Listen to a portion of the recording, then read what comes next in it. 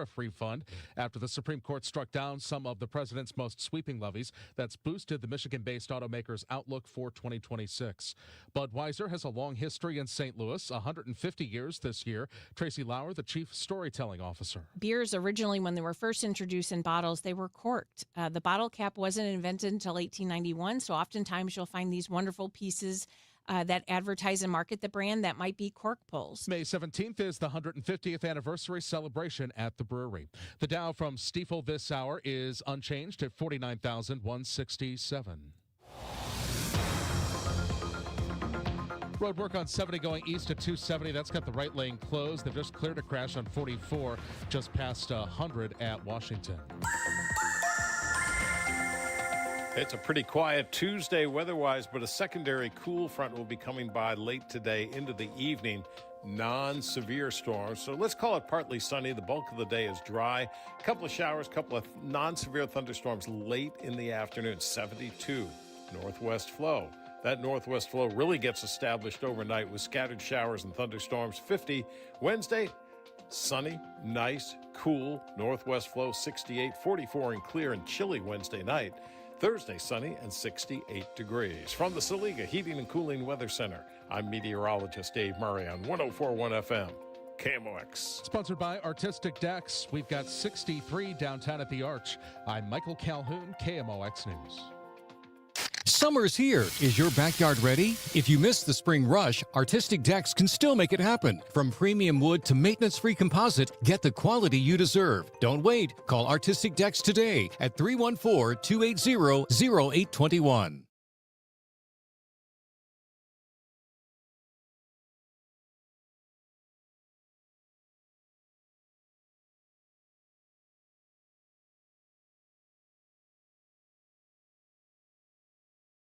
The Dave Glover Show is sponsored by the Michaels Flooring Outlet, the flooring experts. IGotFloored.com.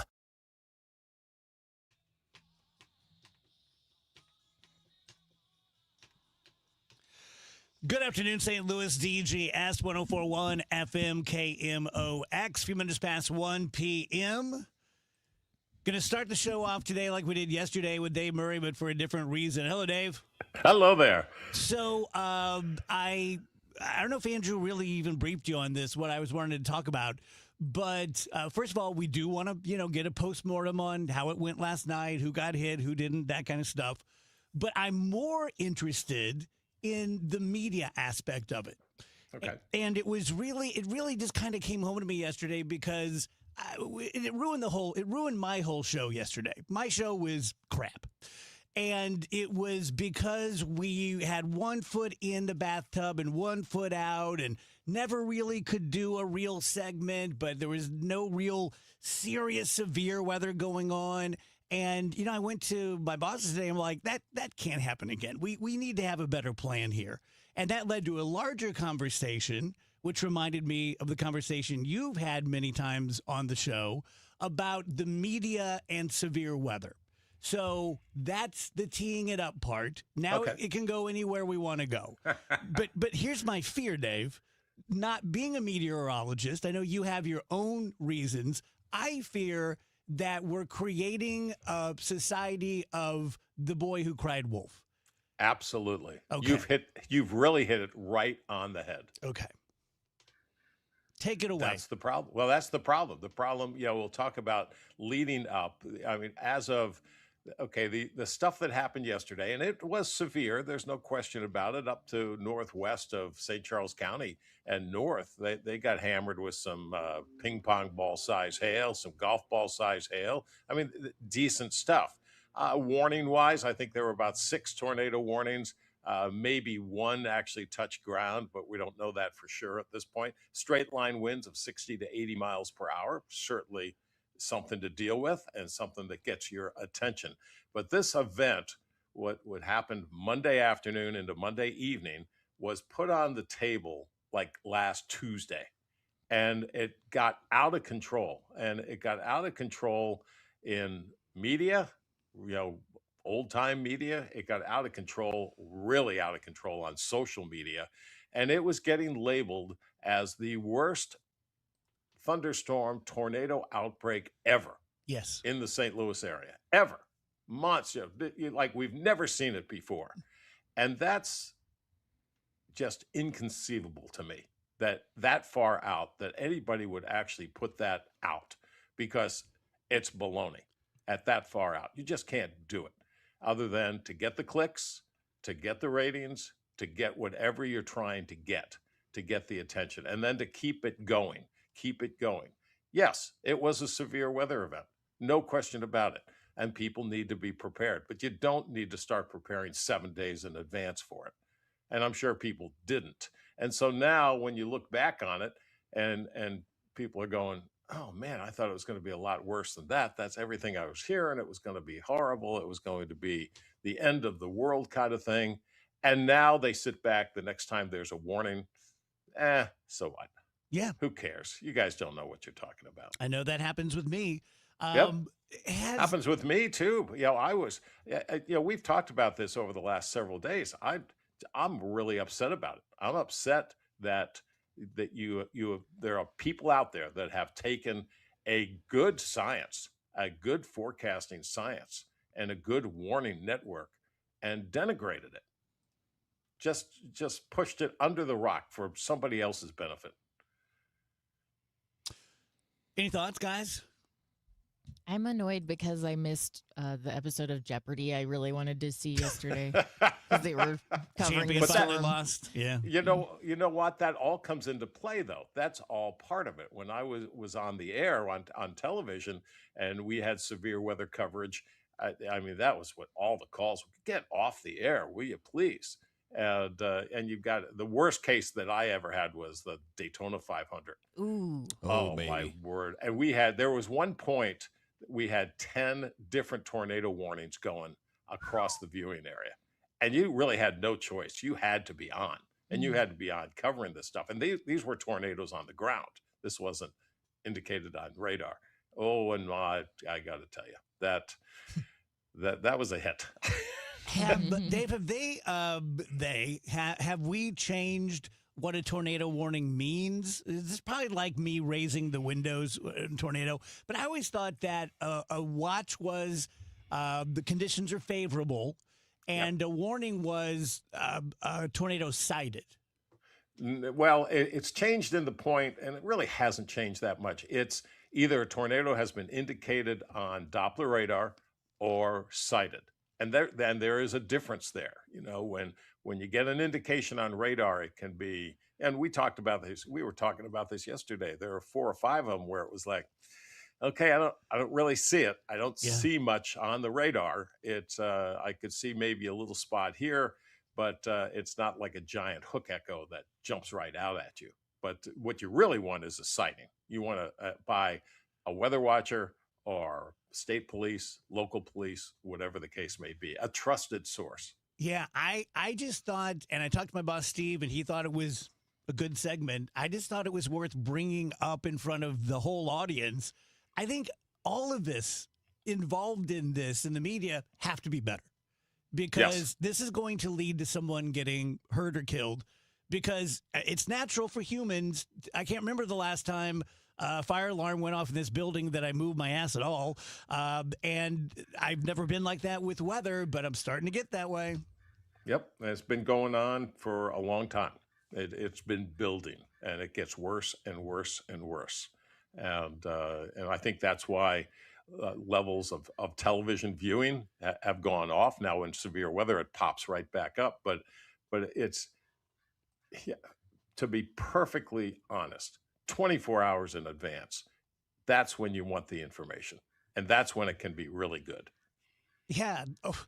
Over the weekend, because everyone's watching it, and our mutual friend Trish Gazelle texted me and said, what am I supposed to do?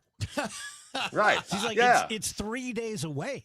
Like, buy milk. Yeah, it's and not bread. like you're going to stock toilet paper and right, for and a milk, summer storm, kind right. of thing. Yeah.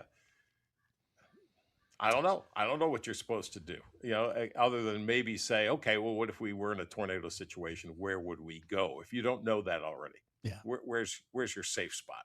And you should all know. Everybody should know that, period, no matter where you are. Yeah, for sure. All right, man. Well, I appreciate you starting the show with this. I thought that was an important topic to broach with you, and maybe it'll lead to some changes. Who knows? Maybe, maybe not. I don't know. One last thing that of folks who thought that and saying this was going to be the worst tornado outbreak ever in St. Louis. Get your history book out. Yeah. Man, just Google it. You know what happened yesterday is, for the most part, run-of-the-mill late April, May storms in St. Louis. Yeah, I mean, I know that where it really hit, it was life-changing. You're calling your insurance company. I get it. Sure. Yes. But everyone I know, from Darden Prairie to South City to U City to Alton, Illinois, it was like, yeah, if this popped up out of nowhere, I would text you and say, wow, this is a pretty bad thunderstorm. But if someone 5 days out told me it's going to be the worst St. Louis has ever experienced, I'd be like, okay. Right, exactly. All you right. Poke the bear. Yes. All right, Dave, we'll talk to you in a couple hours, buddy. You got it. Okay. All right. You guys see what I'm getting at, right? Yeah. Oh, yeah. I mean, I think the fire alarm analogy is dead on. None of us flinch. Nobody's like, oh, better get out. Because the 9,000 times it's happened, it's never been a fire. But I also see the other side of, like, we have to be safe rather than sorry, because look at what happened last May when the tornado sirens didn't go off. And that was a huge problem, too. Like, there were people who were saying, like, I would have made different choices had I known that this was happening. So, I mean, it's one of those things that's just really tough to find a good balance, because you don't want to be too conservative. You don't want to be too, like, over the top with it either. So it's tough. The thing that was frustrating about the sirens going off is that's the immediacy that Dave's talking about. Right. Yes, that's happening right now. That's not 3 days in advance. It's like, right now, it's happening, and we're failing that alert. That's a huge problem. Yeah, for sure. Yeah, I get it. It's danger. Like the crying wolf. If you live in a village surrounded by wolves and you see something big and black on all fours, like, oh, okay, yeah, that could be a wolf. Like, what I think Dave said it right. Like, what are you supposed to do? What good does that information do me a week out? Yeah. Or 4 days out or 3 days out? Day before, night before, day of can maybe allow me some contingencies. Okay, they may cancel school. What am I going to do if they do? But that's all within a 24-hour period. You don't need 4 days, especially since, as he points out, you don't really know until you're 24 hours out. Yeah. Yeah. Yep. Okay, we'll end this segment a little bit early, and boy, we're going to do a blockbuster for you next time. I have no idea what I'm talking about. I'll tell you guys about Bethesda, and like I told you yesterday, I recently had one of my very best friends have an immediate decision to be made with their parent. Very similar to what happened with my mom. And I remember with my mom, they handed me, I call them dittos because I'm old. They hand me a sheet, the two pages that listed the facilities in St. Louis with a star rating. And I'm like, okay, so that's all I knew. That's all I knew. And I got lucky with Bethesda. Other people don't get lucky, and you end up someplace that you don't want to be. And I'm telling you that you can use Bethesda, and specifically Michelle, my friend at Bethesda, who's been there 31 years, to help you figure this stuff out. If you get in touch with Michelle and you say, hey, heard about you from Dave, I don't know that we're looking at a Bethesda facility, but here's what we're facing. My mom fell and she's incoherent, but she didn't break anything. And now they're saying assisted living. Is that the same thing as skilled nursing? Is it different? Is it more expensive? Are they in the same building? Can they be in the same building? Is any of this covered by insurance or Medicaid? You have a million questions, and they have all the answers. So we have all of the above: independent living, assisted living, skilled nursing, hospice care, apartment buildings, facilities, and we will help you to decide if we're right for you, and if so, which building is the best, and if not, who is. Go to BethesdaHealth.org, click on the Contact Us button, and someone will get back to you right away. Looking for a great real estate agent? Someone who can help you sell your home fast and for top dollar? Go to Ready.com, REDY.com. Because on Ready, agents will pay you just for the opportunity to sell your home. Yeah, on Ready, agents will pay you for your listing. thousands of dollars up front just for a chance to sell your home. And it's easy. Just go to ready.com, enter your address, and when you want to sell. In just 48 hours, the best local agents are competing on Ready to be your agent with cash offers up front just to win your business. Hey, your listing is valuable. Don't give it away. Make those agents earn it. Get paid to pick your real estate agent. Go to ready.com or call 888-525-REDY. 888-525-READY. You know, here in St. Louis, word of mouth still matters, and I'm pretty careful about who I recommend, especially when it comes to something as personal as estate planning. I'm Tom Ackerman. My family has been working with the Lederman Law Firm for over 20 years now, and the reason is simple. They don't just create documents and send you on your way. They help make sure your plan works. Because let's be honest, life changes. Family needs and circumstances change. Laws change. But most estate plans don't change over time as needs, circumstances, and laws change. They're outdated, sitting in a drawer. People assume they're fine, and their plan will work when they need it to work. At the Lederman Law Firm, it's not a one-time transaction. It's an ongoing process. They build a plan to protect your family and your assets, and then for a fixed annual fee, they help keep it up to date as both your life and assets change. Check out the Lederman Law Firm at ledermanlaw.com or give them a call at 314-514-9100. The choice of a lawyer is an important decision and should not be based solely on advertisements. Renewal by Andersen is the #1 window and door brand for customer service. Schedule your free inspection today. Call 877-WINDOWS. That's 877-WINDOWS. Or head to rbastl.com. Looking for a career change? Well, the Gelman team with eXp Realty is hiring. Their unmatched blueprint to success, real support, and proven systems help agents take their business to the next level. Level up your future and earning potential. Take the first step at thegelmanteam.com. Still here, still trusted. The voice of St. Louis, KMOX.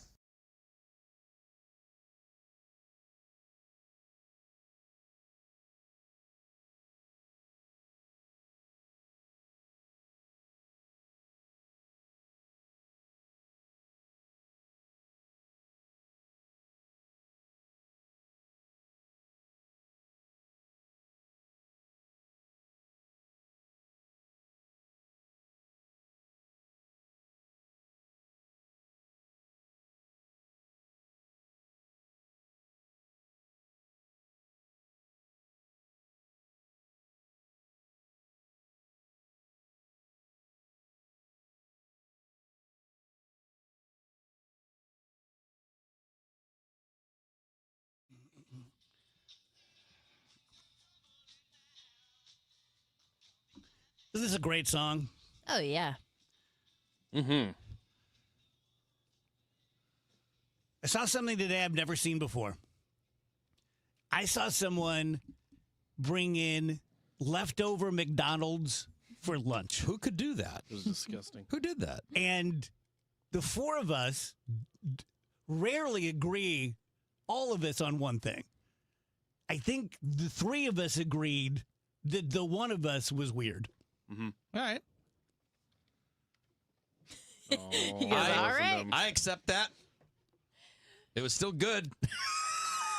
Don't you love when your topics take off, Dave? Why is that such a no-go on a like leftovers? I love leftovers of all kinds. I maybe have a different take than Dave and Andrew on this one. Sure. To me, the idea of leftover McDonald's actually does sound awesome. And there have been a handful of times in my life where it's like, I have a leftover McDouble, and I throw that in the microwave, and I was like, this is amazing. The reason why I never have leftover McDonald's is because I do have some sort of mental block that even if I am totally full while eating the McDonald's, I have to finish the meal. I'm not going to give up. It's almost a point of pride. I surrendered. Right. Well, I have the same thing. But my mental block is, I think reheated McDonald's is really bad.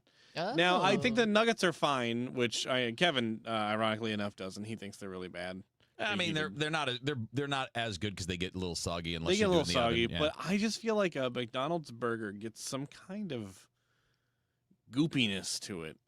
It tastes less like a burger after it's been reheated. It tastes more like a styrofoam brick of sorts, unless like a Tasted burger. just fine to me. Is there any fast food that is especially good reheated? Oh, that's a great question. Absolutely. Fried chicken tends to be pretty good. Yeah, I mean, like your Wingstops, your B-dubs, right? Yeah. Those are going to be really, really good. So I don't consider those fast food. Yeah, those are Chick-fil-A. like fast casual more to me. Okay. But yeah, Chick-fil-A.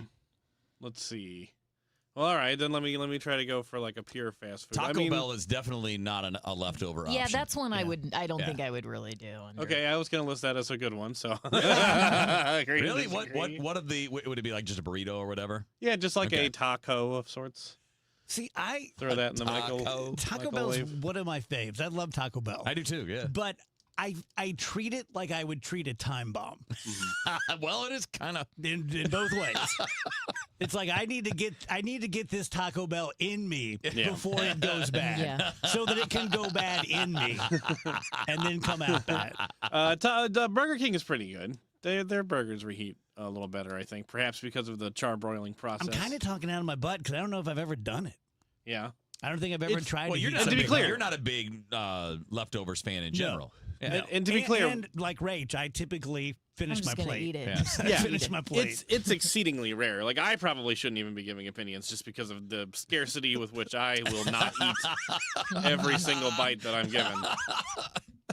I'll say, like, if I just got like my old school normal McDonald's order, I will finish that because I usually get a quarter pounder with cheese. Fine, easy peasy. Yummy. The big arch is too big. It just is. It's Not a for double me. quarter pounder. It's too much. So if you eat half of it, that's a found that full as quarter well. pounder. I found that as well. Yeah, so With that's my why that one was. arch. I had one arch, and I'm like, Because I've liked the arch when I've gotten it. I got it again yesterday. I'm like, well, I know I'm not going to eat the whole thing because half of it's a quarter pounder, so I'm good. So did you warm it up in some weird Kevin Wheeler way with the Yeah. saute pan? No, no, but I do it in stages. Like you have to pull it apart a little bit so that the bread doesn't get soggy and that the burger heats up right and the cheese doesn't all melt off. You got to take so a couple. aggravating. You got to take a couple steps. I don't understand. I did it in 3 steps, like 20 seconds each, and it was perfect. Sounds good to me. Mm-hmm. Sometimes you just have to go a little bit by little bit so it doesn't get funky. If you do it all at once, you're like, here's a minute, it's going to come out nasty. Take some care, guys. Leftovers take care. Sounds good. Yeah, I think I'm using up all my care. Because once I get down to leftovers, I'm like, I got none left. Yeah, I would like to drill Yeah. down a little bit. What is it about it that bothers, particularly Andrew, so much about the fact that Wheeler does put the tiny bit more effort into the situation? I mean, I literally take 3 minutes instead of 1 minute. That's what I do. Why does it make you mad? I don't know. I Is guess it just because it's wheels? maybe I just wish he had more to do in the day. More to do in the day. It's 3 minutes, dude. God. It's like it's a little. He's like, I different, must preheat the oven to precisely the right, and it's like, all right. No, I mean, if what I'm is doing this? That's certain called cook. things. I mean, Yeah. it's not cooking when you're heating up your leftovers, but it's like it's not as weird as It's y'all better. make it sound. Like if you have leftover steak and you slice it up and then you throw it in the frying pan a little bit with some olive oil and seasonings, No, no, it's no. awesome Yeah, that way. No, Hey. no. It's like a new meal. Let me make this statement. I've known Wheels for a few years now. It's been on my show, I don't know, 8, 9 years. And Feels like it, I bet. here's the thing with Wheeler. Whatever he does, whether it's screaming over nothing or it's reheating hamburgers, I never think, I don't like this guy. Here's what I think. I just go, what? What? I think that's fair. I think that's fair. That's my Wheeler reaction. Why would you do that? Why do you? And I always assume he's the superior to me. Oh, that's definitely not I never true. think like I'm so much better than him. Not warming up my McDonald's.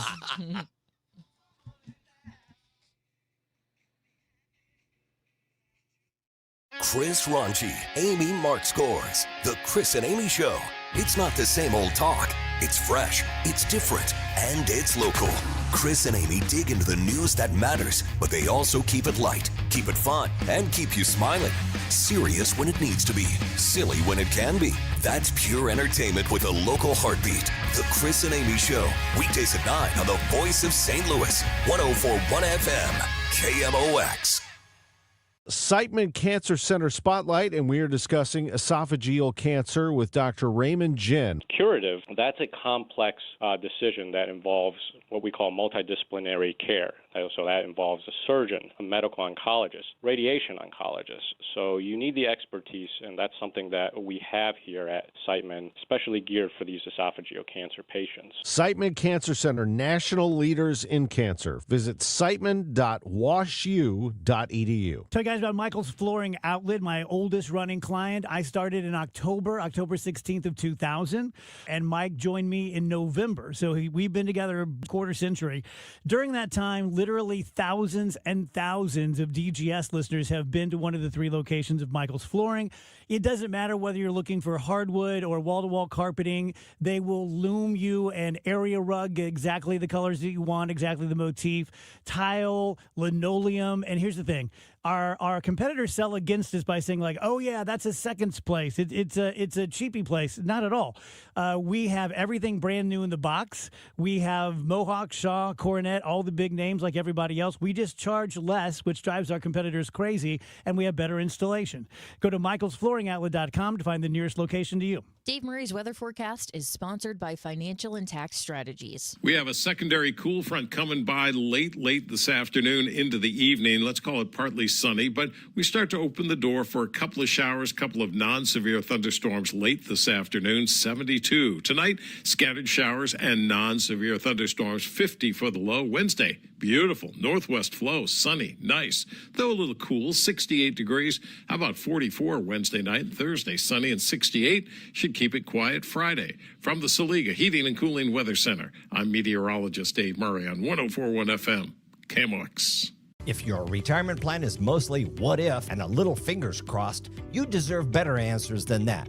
Check out Wealth and Wisdom Saturdays at 7 a.m. here on KMOX. I'm Gary Goldberg. Call 800-966-1690. If you have been in a car accident in the past and have settled your case, I may have some good news. Some unethical lawyers have people known as runners who come directly to your hospital room or home and solicit your case. It's a disbarable offense. Anyone that would hire these scumbags needs to have their heads examined. I'm John Morgan of Morgan & Morgan. Now for the good news. If this happened to you, we will sue these lowlifes and fight to get all your fees back. And then look and see if these bottom feeders also malpracticed your case and sue them for that too. You have nothing to lose and everything to gain. Visit forthepeople.com for a free consultation or call Pound Law on your cell, pound 529. If someone does this to you, call the Bar Association and report them. Let's fight these bums. Morgan & Morgan, forthepeople.com. Injured? Dial Pound Law or visit forthepeople.com for an office near you. Guys, Kevin Wheeler here. I want to tell you about FanDuel Sportsbook, of course, the official sportsbook of KMOX. And they are serving it up. They're serving up a happy hour every single day during the NBA playoffs. So we're talking about special drops that you're not going to get anywhere else, that you don't want to miss. Right there on the app, from profit boosts to bonus bets to a whole lot more than that. And the best part, during the NBA playoffs, it's every single day. All you have to do is log into the app. You'll see a little icon. You click on that icon, and you can watch the happy hour and get those tips and obviously get these the special promotions all as a part of it. So whether you're betting the early game, gearing up for a late-night West Coast game, looking at a favorite, looking at an underdog, just make sure you open the FanDuel app, and you can see what's waiting for you every single day, including today. So go to FanDuel.com/Missouri to get started, and FanDuel is an official partner of the NBA. Remember, you have to be 21 or older and present in Missouri. Opt-in is required. Rewards are non-withdrawable. Restrictions apply, including bonus and token expiration, leg requirements, and max wager amount. If you have a gambling problem, call 1-800-GAMBLER. Tonight, the Cards, the Pirates. Cameron Total Access 445. First pitch 540. Cardinals Radio, 104.1 FM, KMOX.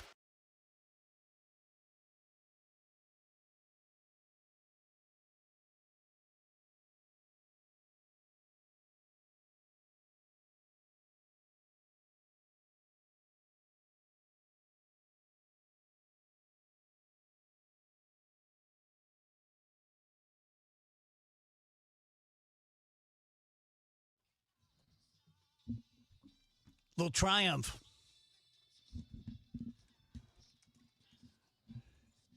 Wait till there you go. Now they're jamming. So you got to let it get in there. Got to let it percolate. Wait for the drop. They're Canadian. Yeah, they take a second.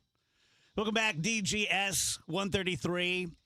I think this is a really interesting topic I'm about to bring up, and I will admit right off that I'm not an expert.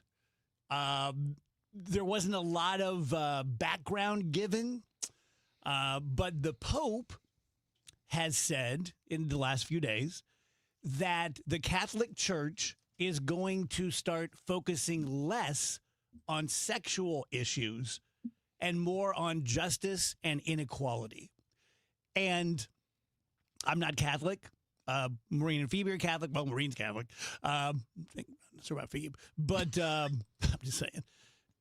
But I've always thought that, like, the religion in general, it just seems that there was an inordinate focus on sex, in my humble opinion. I always thought that, especially once I became a grown-up.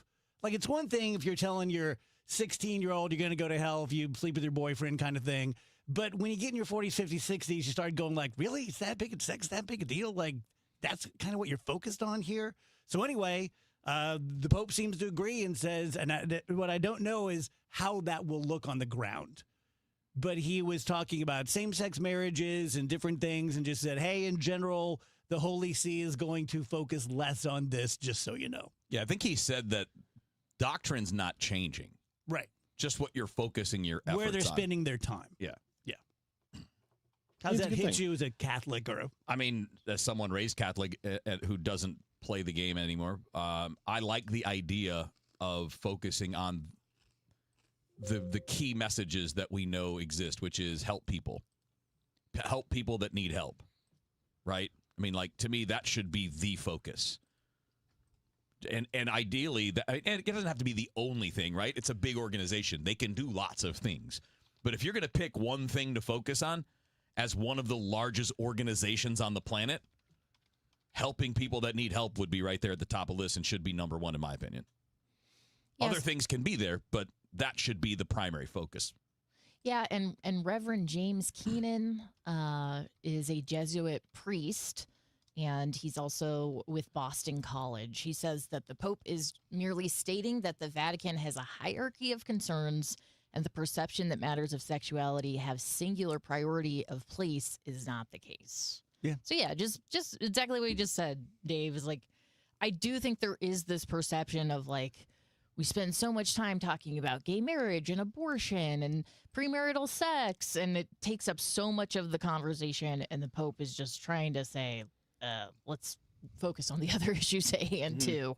We can't be thinking about this all day, But it's also every where day. I mean, think about this. You're not going to change human instinct and human behavior that's been this way for thousands and thousands of years. People are going to have sex. You can tell them not to. You can tell them it's bad. They're going to do it. I didn't mean to use that as a pun, but they're going to. Where can you make the biggest difference in people's lives? And that is raising up people who need help. Because, like, how long have they been spread? How long has this been a core message? 100 years, 200 years, 1,000 years? And all those people that have come up, I'm speaking only of, like, modern United States because it's all I know. It's the only place I've ever lived. It's been a message since I was a little kid. It didn't stop anybody from doing anything. It hasn't stopped people from getting divorced. It hasn't stopped people from cheating. It hasn't stopped people from just having boyfriends or girlfriends when you're not married and having sex. It hasn't done anything, and it's not going to. And just being practical, not saying should or shouldn't, just saying practically speaking, it's not changing anything. Humans do this. Interesting take. Let's pivot to something from politics. I thought this was really interesting, and it's getting some play. But, the king's in town and, they're playing croquet or something. But we all know that Donald Trump wants, maybe to the point of obsession, this $400 million ballroom. And after the latest assassination attempt, he and his people were all making that connection. You're putting the president's life in danger. If we would have had this ballroom, we wouldn't have been at this hotel, and this couldn't have happened, XYZ. But the big thing is that Trump has been saying is it's privately funded. Why do you people even care? It's not going to cost the taxpayer a dime. This is Lindsey Graham from last night. Let's play cut 2, Rach. Okay. We're going to introduce legislation that would authorize $400 million to be spent to secure to build the presidential ballroom. Underneath, there will be a lot of military stuff. There will be a Secret Service annex, and we've paid for it by offsetting it with custom fees. But the estimate is $332 million. We're going to do $400 million because I think it's probably going to take more. Private donations can be used, but I think they should be used for buying China and stuff like that. Okay, so he goes on to make the case, which I just told you, that president's life is in danger because he didn't have this, ballroom, and we have to do this. But that's kind of a big deal, isn't it? When the president has been saying, don't worry about it, it's all privately funded. And then one of the lead GOP senators says, hey, we're going to introduce this legislation, and if we get some private money, we'll use it to buy dishes. I want to point out that Missouri Senator Eric Schmidt is a part of this proposal. I saw that. So keep that in mind. I get a little confused, right? And maybe I'm looking at this the wrong way, but it seems like we're not tackling the root issue here. Most other presidents were fine, even though they didn't have the ballroom. Like, the issue is that people keep trying to kill this president. The issue is not that he doesn't have a ballroom where he can sit in a tank all day or whatever. Well, and also it's like, so is every single event in the United States from now on going to be held in the ballroom? Because if that's the case, then maybe it is a good investment. It's $400 million, and then you never have to worry about anything ever happening to the president while he's in this country. But that's not going to happen. He's still going to go out in public. So this idea that, we need to build the ballroom specifically because of the White House Correspondents' Dinner, I have an idea. Just don't have that dinner. I don't really care about it. Yeah. It means nothing to me. I don't think it means anything to the average American. So just maybe don't have a giant party if you're concerned about security. He was saying for the whole week, this dinner means nothing to me. I hate this dinner. Right. It's stupid. As the guy who says almost every day, hey, I don't like Donald Trump, it's like the way it happens. Now, I don't know who my favorite president of all time was, but if my favorite president would say, you know what we're going to do? We're going to take the East Wing, we're going to raise it, and we're going to build a $400 million ballroom, I would say, don't do that. Don't do that. The East Wing's pretty cool. Let's talk about this. And, oh, by the way, with the way the country's going right now, Mr. Obama, Mr. Clinton, Mr. Trump, maybe this isn't the time for that. Or an arch that's taller than anything. Maybe this isn't the time for that. Maybe next year. Maybe in your third year, but this doesn't feel right. That's what I would be thinking and saying. But the fact that it was sold to us as not a penny, don't worry about it, right. Then I sort of went, I don't like it. I don't think we need it. But he tore down the East Wing. It's no longer there. So we need to do something. I guess we're going to do this. But now I just feel double-crossed again. Well, I mean, look, this could have been avoided if the administration had just followed the rules. The problem here is process, not necessarily concept. You're saying this so much better than I just did. If the concept is this is necessary, state dinners, we're going to have the Secret Service annex, we're going to be able to expand, we can do some military things down there. We can't tell you about those things, but they're security related. You could have made that pitch and put it to Congress, where Congress they're the ones that have to approve these types of things. Which they would have. Sure they would have. You got both the House and the Senate, right? And if you follow the process and it goes through, then nobody has any problem. But when you just decide to do things and you don't have permission, and then you're now changing the terms, it's not your private business. And that's the problem with that a lot of us have with the administration, that you're running it like it's your private business. You can just do what you want, and you can change the terms. And blah, blah. There are laws that you're supposed to follow. There's a process. And if they had, this would be a nothing burger. Because the problem, Dave, is if you're talking about private money, oh, okay, who's giving you that money? And for what in return? What do they want from the administration? What do they want from the government of the United States for this gift of hundreds of millions of dollars? That's a problem. I would almost rather pay for it, but you got to follow the process to do that. Dave Hines brings up an excellent point. When there's even a single military member deployed in harm's way, I don't care about a ballroom. Yeah, amen. I feel the same way. And also to bring it back home, gas is $4 a gallon. And you want to spend $400 million on a ballroom? I'm sorry, there is actually no way of, unless it's the president never leaving the White House, like I said before, only ever staying there, so we have a completely secure president at all times. There is no way to convince me that a ballroom is necessary. We don't need to have, why do you need to have a huge party? You can argue that it's useful, you can argue that it's beneficial, but to say that it's imperative and necessary, that's silly. Yeah, I don't have a ballroom and I'm fine. Our buddy Janelle brings up a good point that due to the lawsuit, they've been shut down. Yeah. And they the National Trust is the they lawsuit. may lose that lawsuit ultimately and be told no. And now you're stuck with a parking lot where the East Wing was. Yeah. And she's pointing out that now the stratagem seems to be, hey, now it's national security and presidential security. I don't understand why we as American taxpayers have to clean up this mess. It's not fair. There are several people on the stream right now saying that this was a staged event. Yeah, don't do that. Yeah, there's no benefit in going down that road. Outside of like real hardcore direct evidence, don't do that. I see why they think that, because this was immediately within moments used to be, this is why we need the ballroom. I need the ballroom right now. But I think that was rather just extreme, opportunistic. extreme clumsiness. Well, I don't. And opportunistic from the Trump administration. Clearly, when you have an armed assassin at the correspondence dinner, that's weird. But for anyone who watched it, I watched it live and I've watched it many times since then, just on TikTok and news programs. But it was weird. Was it? Even for an assassination, I've only it seen was a couple weird. of the clips. Yeah. Like they, like when they took Trump out and he said like, oh yeah, they told me to get down, please, sir. Like, I think he fell because they picked him right back up. I don't care if he falls. He's 80 and there's a shooter. Just friggin' fall. I almost said the real word. But then there are these photos of him because they said he was immediately whisked down to the hard room, they call it, which is like, Yeah, they secured it in advance, yeah. But he was standing there in the wings looking out at what was going on. And he talked about it yesterday. He was like, yeah, I just stood there. I wanted to see what happened. It was a weird thing. I don't think it was staged because I don't think that we can find our ass with both hands, much less pull something like that off. But it was weird.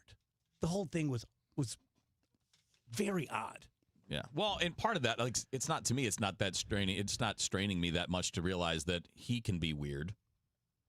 Right? I mean, I'm going to see this and you're not stopping me. And right. Because ultimately, that's what he is. He's going to do what he wants, man. Like, I don't have a hard time. Again, any conspiracy, I don't care what it is. You got to have some hard evidence instead of just, it seems to make sense. You know what I mean? Yeah. For and that's sure. anybody, anything. It doesn't matter the topic. It's not just this one. Yeah. Mosby, it seems like all my clients in the month of May have decided to do sort of giveaways and freebies and things like that, which is nice. I think that's great.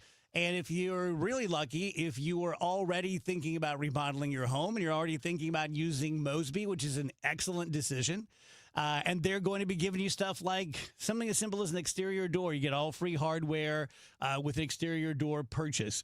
Every room in your house it is an opportunity to do something cool and save a little money on it. And I think the way I've approached Mosby is the right way. And that's just being honest, that if you're looking for the cheapest, it's not Mosby because we are white glove service. We handle all the contracting. You don't have to go out and get separate craftsmen. Everything is under one roof. We handle everything. As little stress as possible for you for a fair value. That's who we are, and that's what we do. Call them, 314-909-1800 or call Mosby.com.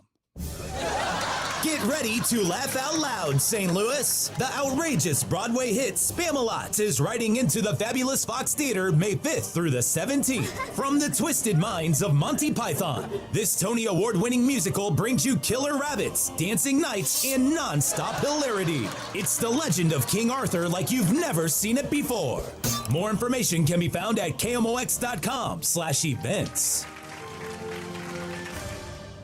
It's Tom Ackerman for Ophthalmology Associates, the doctor's doctors, 314-966-5000 or online at youridoc.com. This is the story of the one. As a maintenance tech at a university, he knows ordering from multiple suppliers takes time away from keeping their arena up and running. That's why he counts on Grainger to get everything he needs, from lighting and HVAC parts to plumbing supplies, all in one place. And with fast, dependable delivery, he's stocked and ready for the next tip-off. Call 1-800-GRAINGER, click Grainger.com, or just stop by. Grainger, for the ones who get it done.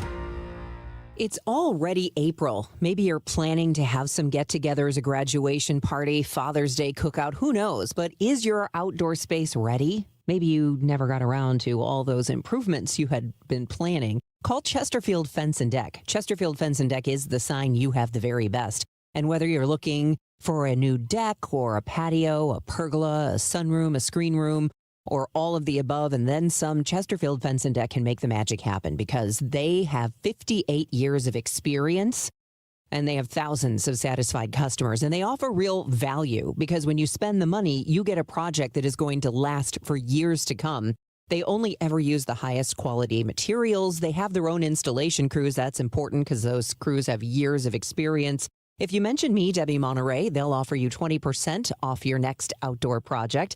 Give them a call, stop by, or they'll come to you. It's Chesterfield Fence and Deck, the sign you have the very best, chesterfieldfence.com. Spring cleaning rule number 1, out with the old, in with the new. And frankly, your family's old internet connection is a dinosaur. Upgrade to the 1 gig modern family standard from i3 Broadband. It's 100% true in-home fiber with equal upload and download speeds, so your teenager's gaming won't crash your video call. Even better, we're currently offering our longest price guarantees ever on our gig speed internet services. Say goodbye to exploding promo prices and hello to budget certainty. Visit i3broadband.com/radio and start your spring off right.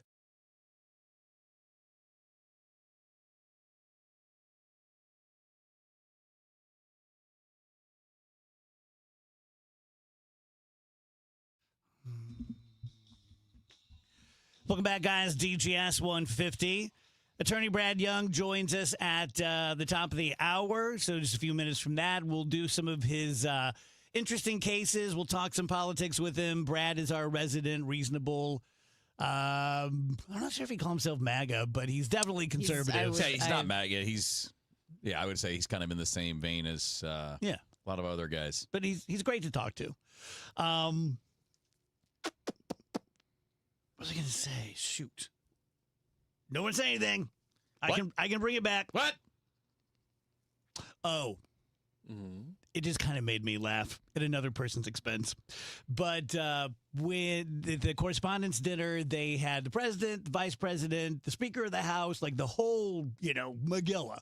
One bomb takes them out. And then they had the designated survivor. Right. We all know what that is, right? One member, Somebody's got to be on another side. And it was 92-year-old Chuck Grassley. That's a perfect last survivor. Like, designated to survive for 80 minutes? Like, oh, man. It is very indicative of, the age problem in our elected officials right now. It's like, who's the only person we can trust with this country if 80-year-old Trump goes down? Well, it's got to be 90-year-old Chuck Grassley. Look, it's weird when I indict the media because I'm part of it. And there's some people out there, when I was on 97.1, guys, did we go a week without someone accusing me of getting talking points from Fox News? Mm-hmm. And now we get the opposite. Oh, now you're getting all your liberal talking points. I don't get any talking points. Here are my talking points, my chicken scratches. But I was thinking this. Straight from George Soros. But Here's my analogy. He does own a company.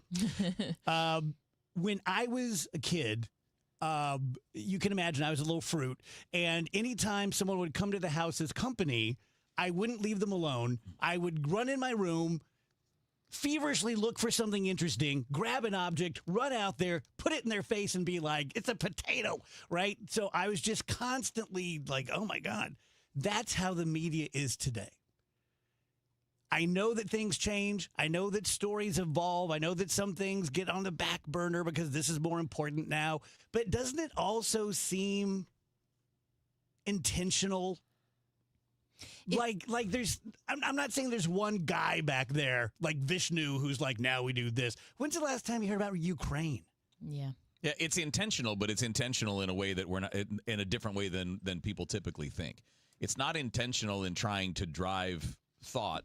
It's intentional because they're just going for what sells. Mm-hmm. Yeah, they're They exploiting know what we're human interested nature. in at a moment. Nobody's interested in Ukraine, so they're not giving us Ukraine. You know, they're gonna. It's like it's a terrible analogy. I'm sorry, but it's like the rats in a lab that are going to keep pushing the button to get the drugs, or to Yes. get the food, or to get the treat, or whatever. I mean, they're giving us what we're telling them and showing them we're going to consume. You're so right, Wheels, and all those studies came out about Meta, and they Yeah. push these stories that are intended to make you angry. Okay, sure, that's bad that they're consciously making that choice. But what does that say about us? It says that we feed off of things that make us angry. Mm-hmm. Human nature is attracted to rage. We like feeling that. Even if we feel bad, there's something about us that likes it, and we're drawn to it. So would you, this is a grand statement, but would you say that we then necessarily have the media and the government we deserve? I don't know about deserve, but we got what we've asked for. I mean, it's a response to how we behave. And if we didn't behave in that way, we would have something different. Yeah. And again, we're all different. You know, there's 350 million of it. It's hard to get us all kind of thinking or acting the same way. It's a huge country. Not many countries in the world have this problem because most are nowhere near the size of what we are. It's a byproduct of, having a diverse number of people with different views of things. Yeah, and what will happen is we as a people will either become more media literate and make better, healthier choices as a whole, or we'll just continue down this path and things will get worse and worse. I think that remains to be seen. But at this point, they think we're idiots, right? I think they know us. I don't know if they think, I don't know. Maybe they judge it. Maybe they don't. With or without judgment, I think we're predictable. Yeah. And that's what a lot of the advertising world is based on. It's the psychology, right? I mean, when you see a car commercial, why does the car always look like it went through a rainstorm? Because water makes it seem like clean. Clean is attractive. And in our brain, that registers as something. Rachel's going to punch me because I'm late for live, but do they owe us a duty to not give us what we want? Like parents owe a duty to your kid not to give them a Kit Kat bar 3 times a day. No, because they're just out there to make money. Like, you could argue that's what makes, like, PBS and, the ones that are supposed to be completely unbiased, like, oh, that's what makes them so important is because they're not necessarily out there trying to make a profit. But I don't really necessarily blame CNN or Fox for doing what their corporation, like, that's what they're supposed to function as. They're supposed to make money. So, yeah, while I would maybe prefer they did something different, I don't think they have some sort of moral obligation. Good talk. Brad Young coming up next. April, great time to reset everything, but certainly to reset your home. And if windows are in your future, whether it's, we need them right now, or we're thinking about selling the house in a couple of years, and I know that we're gonna get dinged because of these windows. They're older, they're cheap, or they're this, or they're that, or they're drafty. Or if you just plan on staying in your house, just living normal, know that you can save a lot of money monthly all year from heating and cooling bills with getting new replacement windows. I like Universal Windows Direct. I think they're very straightforward. I think they are people of their word. They stand by their product. You're never going to pay another dime for a window once you buy it. Buy 2 windows, get 2 for free with no limit. 24 months with no payments and no interest. $500 off your total bill. 314-334-2522. UniversalWindowsDirect.com. It seems like just yesterday when I captured my son's first steps or when we recorded his soccer games on VHS tapes. Those moments are gone. But the old home movies and pictures don't need to be. That's why my son created Legacy Box. That's right, Mom. Over 1 million families have used Legacy Box to digitally preserve their old home movies and photos. Simply fill Legacy Box with your old camcorder tapes, film, and photos. They will professionally digitize and send them back on DVDs, thumb drive, or the cloud. With Mother's Day around the corner, it's the perfect time to get your Legacy Box and save your family's history. After all, few things are as important as protecting your precious memories. Give your mom a Mother's Day present she'll never forget. Take advantage of our Mother's Day sale, which starts now. It's our best deal of the year. Save up to 60% off. Visit legacybox.com/radio and for a limited time, get an incredible 60% off your order. That's legacybox.com/radio for 60% off. legacybox.com/radio. Carpal tunnel syndrome, heart failure that doesn't improve with common medicines. These are some signs and symptoms associated with ATTR-CM, or the cardiomyopathy of ATTR amyloidosis, a serious heart condition with symptoms that get worse over time. Amvuttra, vutrisiran, is a prescription medicine given by a healthcare provider that treats ATTR-CM in adults to reduce heart-related death, hospital stays, and urgent visits. In a clinical study, Amvuttra was proven to help people live longer and have fewer heart-related hospital stays and urgent visits over 3 years compared to placebo. Amvuttra lowers the amount of vitamin A in your blood, which can affect vision. Other side effects include pain in the arms or legs, pain in the joints, and shortness of breath. These are not all the possible side effects of Amvuttra. For prescribing information, call 1-833-256-2748 or learn more at amvuttra.com. Ask your doctor about Amvuttra for ATTR-CM. Right now, you can bet on the Kentucky Derby on FanDuel, where you can also bet on all your other favorite sports. And all customers right now get a Derby bet reset. What does that mean? Well, you get a racing bonus back if your bet doesn't win.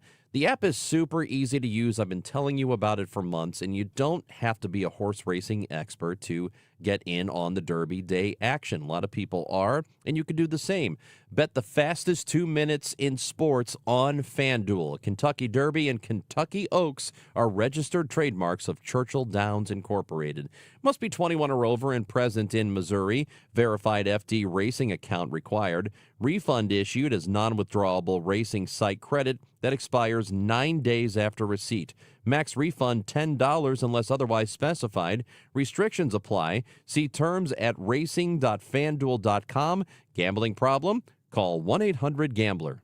Celebrating 100 years of informing and entertaining. KMOX AM St. Louis, KMOX FM Hazelwood, the voice of St. Louis.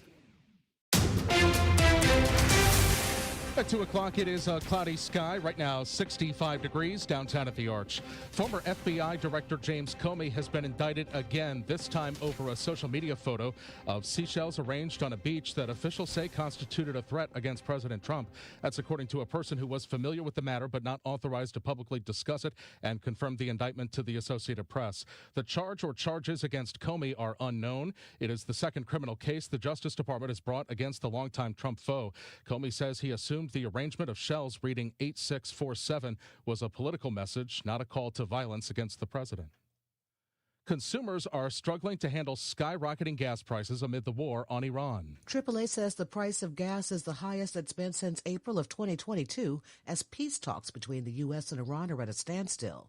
This woman is watching the prices rise at a nearby gas station. The one by my house yesterday was under $4, and now it's almost $4.15. Many drivers in Boston say the cost to drive anywhere are ridiculous, and some are cutting back on food and household items as well. Allison Keyes, CBS News. It's a bird, it's a plane, no, it's a drone. One more way for St. Charles County Police to keep an eye on many things. While drones are not new to the department, adding to their existing fleet enhances emergency response. Chief Kurt Frizz. We do have micro drones with our SWAT team. If there's a hostage situation, we've been using those for several years. These are strictly observation platforms to get over an incident more rapidly. Frizz tells the Chris and Amy Show this increases police officer safety 100-fold, especially in barricaded situations. We actually had a homicide suspect give up to a drone. We breached the door. We had the search warrant. We breached the door. He was armed and barricaded, sent the drone in, started giving him verbal commands through a PA system, and he literally surrendered to the drone. From the business desk, many farmers are losing money on traditional crops, but plant-based protein could help them reap a profit. Food manufacturers are adding protein in everything from cereal to soda. Crops like peas, lentils, and chickpeas are in high demand. One farmer in rural Montana told us that he will lose about $35 per every acre of wheat that he plants, but he'll make $8 per acre of lentils. So it can be super profitable. Heather Schlitz covers commodity markets and agriculture for Reuters. She says it's hard to know how long the trend will last. Megan Lynch, KMOX News. The Dow from Stifel's down 53 points to 49,114. We have a secondary cool front coming by late this afternoon into the evening. Let's call it partly sunny, but we start to open the door for a couple of showers, couple of non-severe thunderstorms late this afternoon, 72. Tonight, scattered showers and non-severe thunderstorms, 50 for the low. Wednesday, beautiful northwest flow, sunny, nice, though a little cool, 68 degrees. How about 44 Wednesday night? Thursday, sunny and 68. Should keep it quiet Friday. From the Saliga Heating and Cooling Weather Center, I'm meteorologist Dave Murray on 104.1 FM, KMOX. Sponsored by the Missouri History Museum's Route 66 Centennial Festival, April 30th through May 3rd. Don't miss the Route 66 Festival at the Missouri History Museum. Music from Sweetie and the Toothaches, a classic car show, neon display, kids' crafts, and more. April 30th through May 3rd. Schedule at mohistory.org/festival. It's a cloudy sky right now, 65 downtown at the Arch. I'm Michael Calhoun, KMOX News. The Dave Glover Show is sponsored by the Michaels Flooring Outlet, the flooring experts. IGotFloored.com.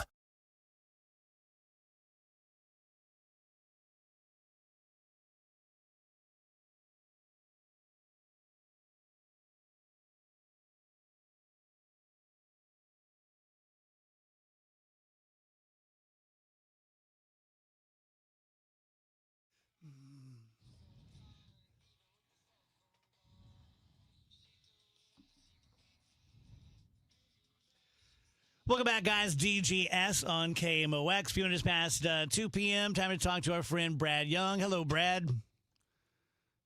Hello, Dave. You know, I had tried to. I was wondering if I tried to check in with him earlier and I couldn't hear him, but I was like, it's probably me. It's probably my headphones. He's playing the silent game again. That was a good impersonation. I'm working on it. Well, why did he turn into Mr. Bill? Hello, Dave. Mr. Bill. Isn't that funny how memory works? Yeah. I would have never, that part of my brain would have never lit up again. But as soon as you said it, it's like, oh, yeah. Oh, no. Mr. Bill. It's so How many fun. people are going, who the hell's Mr. Bill? Everyone under 60. Well, I'm under 60. I know Mr. Bill. Good. Well, that's then we got a because- shot now. Yeah, you didn't have cable. That's true. He's logging in now. He's having a little bit of trouble. Worst case, we can call him. Okay. He better talk in the Mr. Bill voice. He's having a little trouble logging in, everybody. You better jump That straight one's a little into more the Mickey bit. Mouse. Here he is. I'm doing my best here. You're doing great. Let's hear You're your doing Mr. great. Bill. Oh, sorry about that, Mr. Dave. That's not bad. That's okay, Yeah, Mr. it's Bill. Really good. Oh, What are we doing? Called having fun. This is what happens That's when exactly right. when you put me on KMOX. Hey, Brad, right Yeah. up front, do you think you could stay 2 segments? yes, I can. That's Okay, not good. a problem. Good, because there's so much to talk about. Oh, my God. Here are the things I want to talk about. I want to talk about Comey being indicted again for the seashell photo. Jimmy Kimmel, First Amendment, let's get him fired thing again. The assassination, so many things to talk about with the attempted assassination over the weekend. So let's start there. Just overall, you're watching the Correspondents' Dinner, you're watching the ball game, and you flip back and all the craziness. Like, how did it all hit you? Well, I was watching. I was watching the Correspondents' Dinner, and I just thought, oh my goodness, just like everybody else, my initial reaction I don't think was any different. That how can this be happening? This is like the 3rd assassination attempt against this guy, and the other thing is I felt for Erica Kirk, because here she is now almost on the receiving end of what took out her husband. So that thought occurred to me rather quickly. And but again, I was impressed, as I've always been, by how the Secret Service operates. And I also wondered, like I'm sure you did, and you may have been discussing this earlier in segments. I was finishing an appellate brief, so I wasn't listening. But wondering about, why would people still be allowed to stay in the hotel when this is going on downstairs in the same hotel where Ronald Reagan, took a bullet. So I don't know that I have anything new as far as my initial reactions, but those were some of the things that immediately came to mind. Yeah, Brad, you bring up such a great point when it comes to the guests at the hotel, because even if you're screening everyone who comes in that day, I heard one journalist point out, well, you could just get around all of that by checking in the day before the event and bring in whatever you'd like. Yeah, exactly. And this really brings to bear on the point that this is a private event. This isn't a government sponsored event. It's a private event. It's been held at this hotel for decades. That doesn't mean we always have to do what we've always done before, but what it does mean is that it differentiates it from an official government event, as opposed to this, which was sponsored by a private organization, the White House Correspondents Bureau. Yeah, I have a long-standing relationship with law enforcement, and they've let me on the inside of a lot of things. So I'm very hesitant to ever criticize. Plus, I don't know what the hell I'm talking about. It's not like I'm a former special ops guy. It's like, well, the exfil or the infill, this or that. And I think a lot of people are making a lot out of, like, when they took RFK away and they left Cheryl Hines kind of ass out. And same with Melania, but they have protectees, and that's their charge. Yes. And that's what they're going to do. I did find it, I shouldn't say this, but I will. I did find it comedic that my boy Kash Patel was just kind of sitting there in the middle of everything doing nothing. Which I don't know what I expect him to what do. Do you expect him I don't expect him to go running after the guy or anything. But I will say this. We've all seen the crazy video of this guy flashing by, right? Like, I don't think anyone should be able to flash by. Like, right? Like, you shouldn't be able to sprint past the magnometers. Right. Well, and that's what triggered the response. We've all seen the video multiple times, and he knew, he being the shooter, knew he could not successfully pass through the metal detector. So that's why he starts sprinting. There's some video that shows it from a slightly different angle, and you get the idea. You can actually see him gaining speed, and there's already people in front. So the only way he could have gotten into the room was to shoot his way into the room, and he chose not to do that. But it is dangerously close. And I think, given that it's at a private hotel, again, a non-government event, I think the security was as good as it could have been, and the security worked. And the only way you could make it more secure would be to have it at some sort of a government location, which would be awkward because, again, this is a private organizational event. So, you've got to balance all of these competing issues. I will have the president's back on something he said the night of when I think not Steve Ducey, but Steve? It's I think Pete is the son. Peter. Peter Ducey. When he asked the president, why do you think this keeps happening to you? And the president said, well, I've looked into it. It seems like the more you do, the more impact you have, the more likely you are. I agree with that. I think there are crazy people out there who could just take a strong dislike to Secretary Sean Duffy and try to take him out, right? He doesn't seem to be doing much. But overall, I agree with the president on that. What do you think? Let's segue into the Kimmel thing, because it's First Amendment and it is our second time around with Kimmel. For those of you who don't know, he made a joke a few days before the Correspondents' Dinner. He did a fake, here's what I would do if I were hosting. And it was pretty funny. And at one point he showed Melania and said she looks like she has the glow of an expectant widow. And everyone laughed. And then when that happened, then Melania said he needs to be fired. President says he needs to be fired. And now the troops are lining up. Okay, this is much different than the previous situation. And I want to spell it out. I was very adamant, as I discussed with you on multiple occasions, that prior situation, it wasn't just the president or the first lady making comments. It was actually the chairman of the FCC making comments. And at that point, I thought that was a direct violation of the First Amendment. And it was a veiled threat against the FCC status of ABC if they didn't take action. This is just a comment, as opposed to last time, which I think, again, was a direct First Amendment violation. Here, this is just a comment from Trump and Melania stating, he should be fired because of this, without that extra step of a veiled threat or asserting that the FCC license is going to be pulled. Now it's just a comment of a citizen who was the apparent subject of an attempted assassination, along with his wife that was right there with him. I don't see a First Amendment violation. I see a comment from a citizen who could have been assassinated. So, Brad, the follow-up to it is news today that the FCC is reviewing ABC's broadcast licenses. And I guess the process has been, and I think this is relatively new because I haven't read about it, but it's been out for a couple hours, that there are 8 Disney-owned TV stations that are being directed to file license renewal process early, because I guess it's apparently still years away from needing to do it. But by doing that, it could trigger a review of the licenses as a whole. Right.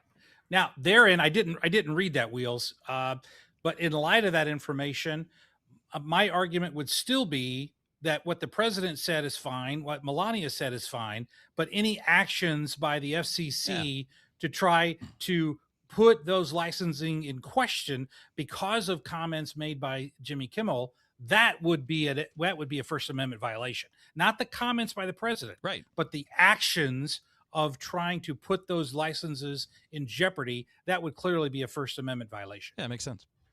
Brad, were you surprised that James Comey's being indicted for the seashells on Instagram? I was, and I did see that came out today, that the Department of Justice secured a second federal indictment. It's really a re-indictment, and it follows that was previously done, which was a dismissal without prejudice. As you know, without prejudice means that the court isn't barred or the parties aren't barred from doing this again. But I was surprised. I was surprised that they actually took this action.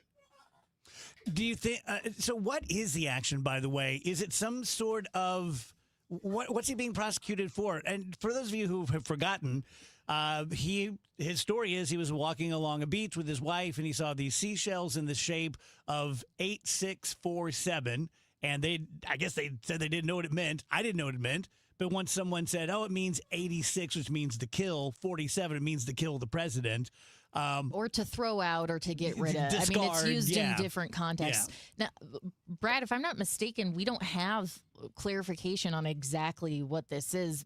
Just CNN and the New York Times are citing anonymous sources saying it has to do with the social media post, right? Right. Well, that's all we know. And in fact, that is the fullest extent of what we know, Rachel, and you got it, is that this might be based upon the social media post. We don't know exactly, but I would be surprised by that too, because typically in politics, you want to be successful at what you do. And I think sometimes this president, and we've seen it on the left as well, they try to get more traction in taking an action that they know won't be upheld, but doing it to say, we're fighting the other side until hell freezes over, and then we're going to fight them on the ice. And that becomes more important than actually succeeding at the activity that you're pursuing. Case in point, this with Comey. I mean, there's no way that he's going to be convicted of any crime of posting seashells on social media unless that's followed up by some action that actually implemented those comments. Well, there's no evidence of that. So this activity is doomed to fail. But again, I think that Trump is playing to his base to say, I'm going after the deep state. And then when his case doesn't work, then he has the option to say, well, see, now you've got these judges who are not allowing these cases to go forward. We have to replace the judges. So it's kind of a win-win from a political argument, even though ultimately every legal counsel to the president is going to tell him this has zero chance of success. Really interesting, Brad. I'm wondering how you feel just personally about CNN and the New York Times reporting this, basically saying that we can't tell you who told us, but it's about the post. But if you can't tell us what the charge is exactly, like, how do you feel about putting that out there this early, running the risk that it's actually about something else?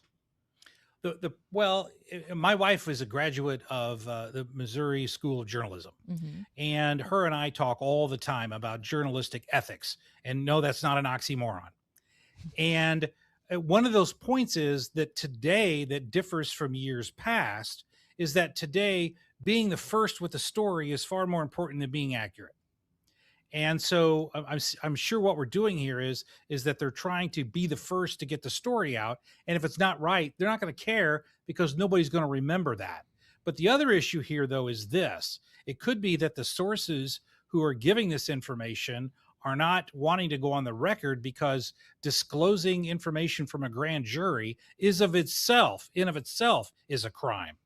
And so the sources don't want to get themselves in criminal hot water by disclosing too much about what the grand jury is doing. So that's why you've got a lot of maybes and ifs and perhaps and so forth in order to both protect the source and to get a story out, even if it's not the correct story. So Brad's going to stay with us one more segment. And when we come back, what I want to talk about is very predictably, after the assassination attempt, the president and the GOP came out, no pun, with guns blazing, saying, hey, the left, you got to stop this rhetoric and you're to blame for this and it's asymmetric and it's all on the left. And the left is like, what the hell did you just say? What about XYZ? We'll talk about that when we come back. Just want to remind you that it's home selling season. And if you're interested at all in taking part in that, the first thing you should do is call the Gelman team. And you can talk to one of the Gelmans. You can talk to Matt Lamb, who's been my guy. They're all really, really good there. And much like Bethesda, where I'm telling you, if you are facing a crisis where you think your mom or dad may need to be in a facility, call Bethesda, let them walk you through it, even if you go to a different company. Same way with Gelman. Make no mistake, they're paying me to tell you about them so that you will use them and they'll make money. That's the way the whole thing works. But I know them and they're good enough guys that they're not going to push you to sign a contract. If you are curious, like, hey, my house used to be worth $500,000, now it says it's worth $435,000. What's going on? Or the opposite, give them a call. They'll walk you through it. If you want to find out what your house is worth right now, according to the Gelman team, put in your address in the front page of thegelmanteam.com. They'll give you a number, 314-336-1991. Certain restrictions apply. Hi, my name is Lloyd Lockridge, and I'm the host of a new podcast from Odyssey called Family Lore. In this podcast, I'm going to have people on to tell unusual and sometimes far-fetched stories about their families. I've heard my whole life that she invented the margarita. And then we're going to investigate those stories and find out how much of it is true. He gets a patent 1 month before the Wright brothers. Oh my God. Please follow and listen to Family Lore, an Odyssey podcast, available now on Apple Podcasts, Spotify, or wherever you get your shows. This is the story of the one. As a procurement manager for a hospital system, she keeps every facility in her network stocked and ready. That's why she counts on Grainger to be her single source for thousands of products, from disinfectants to lighting, air filters, and more. And with fast, dependable delivery, Grainger helps her keep every facility stocked, safe, and running smoothly. Call 1-800-GRAINGER, click Grainger.com, or just stop by. Grainger, for the ones who get it done. Too many tools, too much stress, and way too many bills. Odoo replaces it all. One connected platform for every part of your business, so you can work faster, smarter, and for less. Odoo, the only software you'll ever need. Try it free today at odoo.com. That's ODOO.com. This is the story of the one. As a maintenance tech at a university, he knows ordering from multiple suppliers takes time away from keeping their arena up and running. That's why he counts on Grainger to get everything he needs, from lighting and HVAC parts to plumbing supplies, all in one place. And with fast, dependable delivery, he's stocked and ready for the next tip-off. Call 1-800-GRAINGER, click Grainger.com, or just stop by. Grainger, for the ones who get it done. Hey, Missouri. It's game time. Start betting like a pro with the world's largest sportsbook at your fingertips. Hi, I'm Derek Stevens. I'm a lifelong sports bettor, and I'm the owner of Circus Sports. It's sports betting the way it should be, with high limits, player-friendly pricing, exceptional customer service, and more. Download your new bookie at circusports.com. The action starts now, Missouri. Experience the difference with Circus Sports. Bet like a pro. Must be 21 or older. Gambling problem? Call 1-800-GAMBLER. I'm Ultima Morgan of Morgan & Morgan. Every time one of my children started driving, it was terrifying. Thousands of accidents happen across the country. We see it every day. If you've been injured in a car accident, call us. Dial pound law or visit forthepeople.com for an office near you. Presented by Worldwide Technology, the BizDash 5K is back. Produced by the St. Louis Sports Commission, a high-energy corporate race in St. Louis's healthiest happy hour. Thursday, May 7th at Energizer Park. Register your team at stlbizdash.com. Built on a century. Focused on today. The voice of St. Louis. KMOX.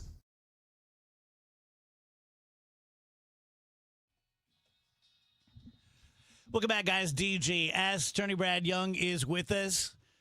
Talking about some cases, talking about some politics. And what I left you with was the right is now attacking the left, saying this is your fault, all of your crazy rhetoric, and calling the president a Nazi and a rapist and a pedophile, and this is why people are trying to kill him. And the left is saying, are you kidding me? He started this. He's the worst abuser of this that we've ever seen in the country. I'm just curious where everyone lands on that, Brad. Well, I think we might have been disconnected from Brad. Oh, for the love! Let's hear what No, Mr. Bill here we go. This was on me, guys. This one was on me. All right. I hit mute because I was responding to emails and I was overcharging clients. Fair enough. And so I didn't want the click. So that was completely on me, guys. Sorry about that.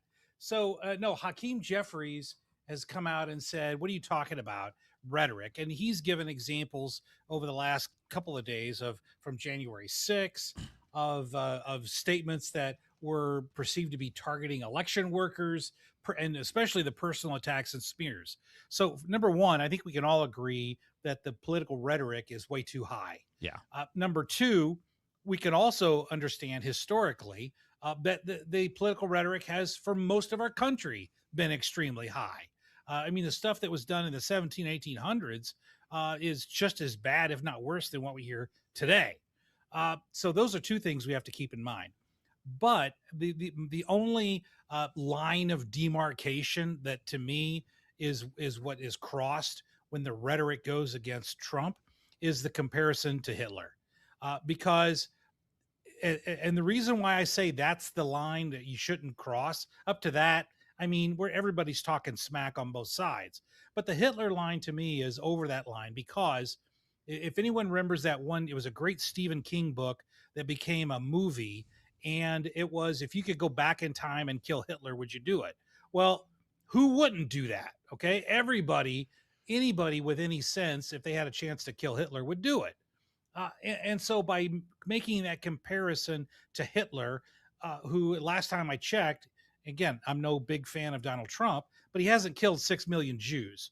And so any comparison to Hitler, I think, is beyond the pale. And it also creates a disservice to the 6 million Jews who were killed in World War II by Hitler himself, because clearly that's not happening today. As far as legally goes, everything's fair game. But at least in terms of what should we be doing and what should we not be doing, to me, that's the only line where you've gone too far. I don't like the things that the president says. I wish he wouldn't do it, but I don't think that he should be prohibited from saying it.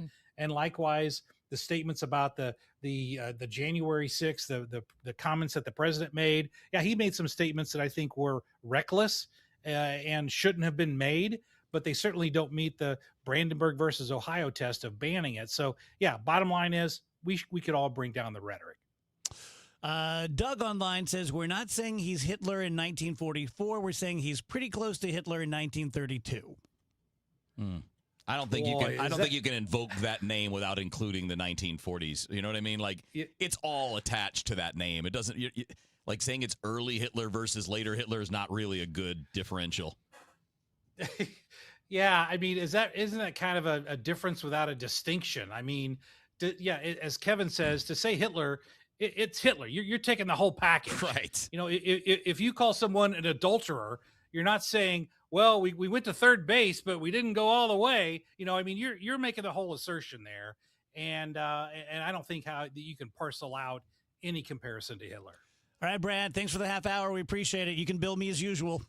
Okay, and you'll pay it as usual. That's right. We have an agreement.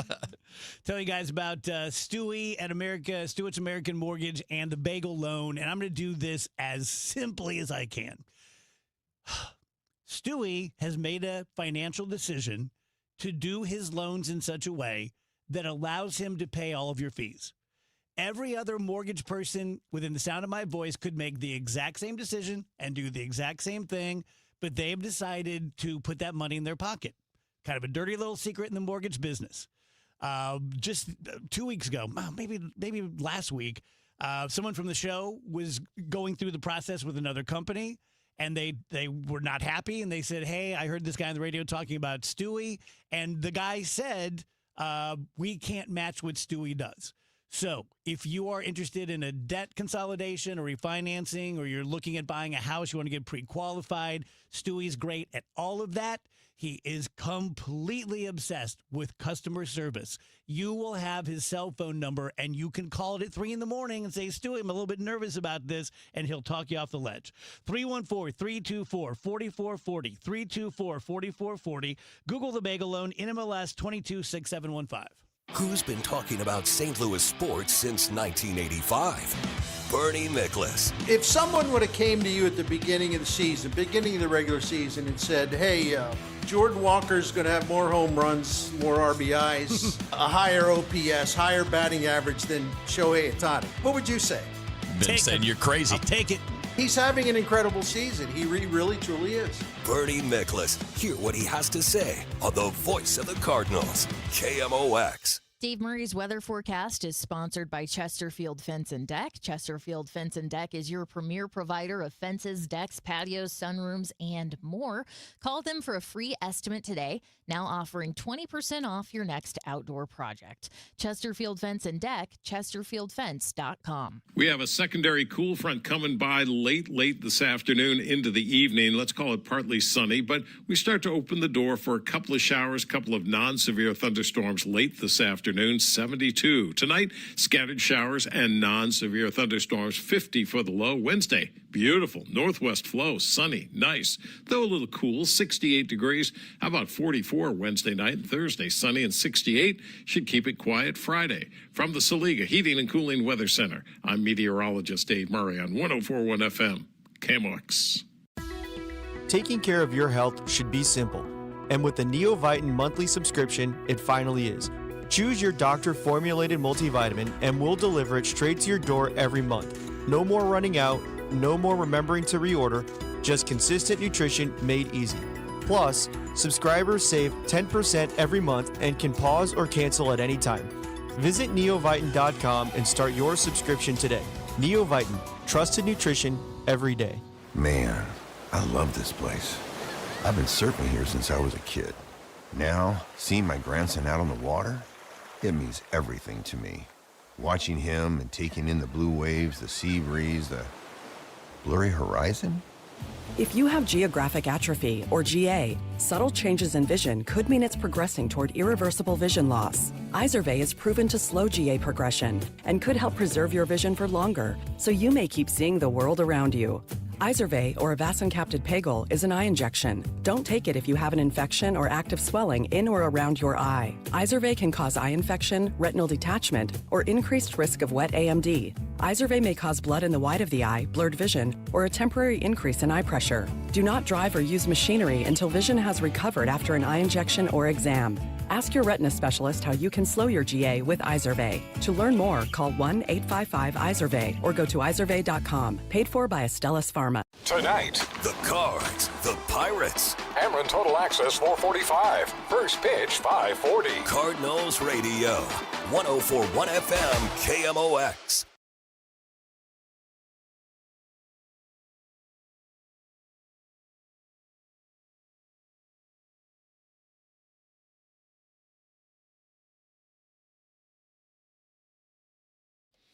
Our conversation with Ricky Horton is sponsored by Rawlings. Visit the Rawlings Experience at Westport.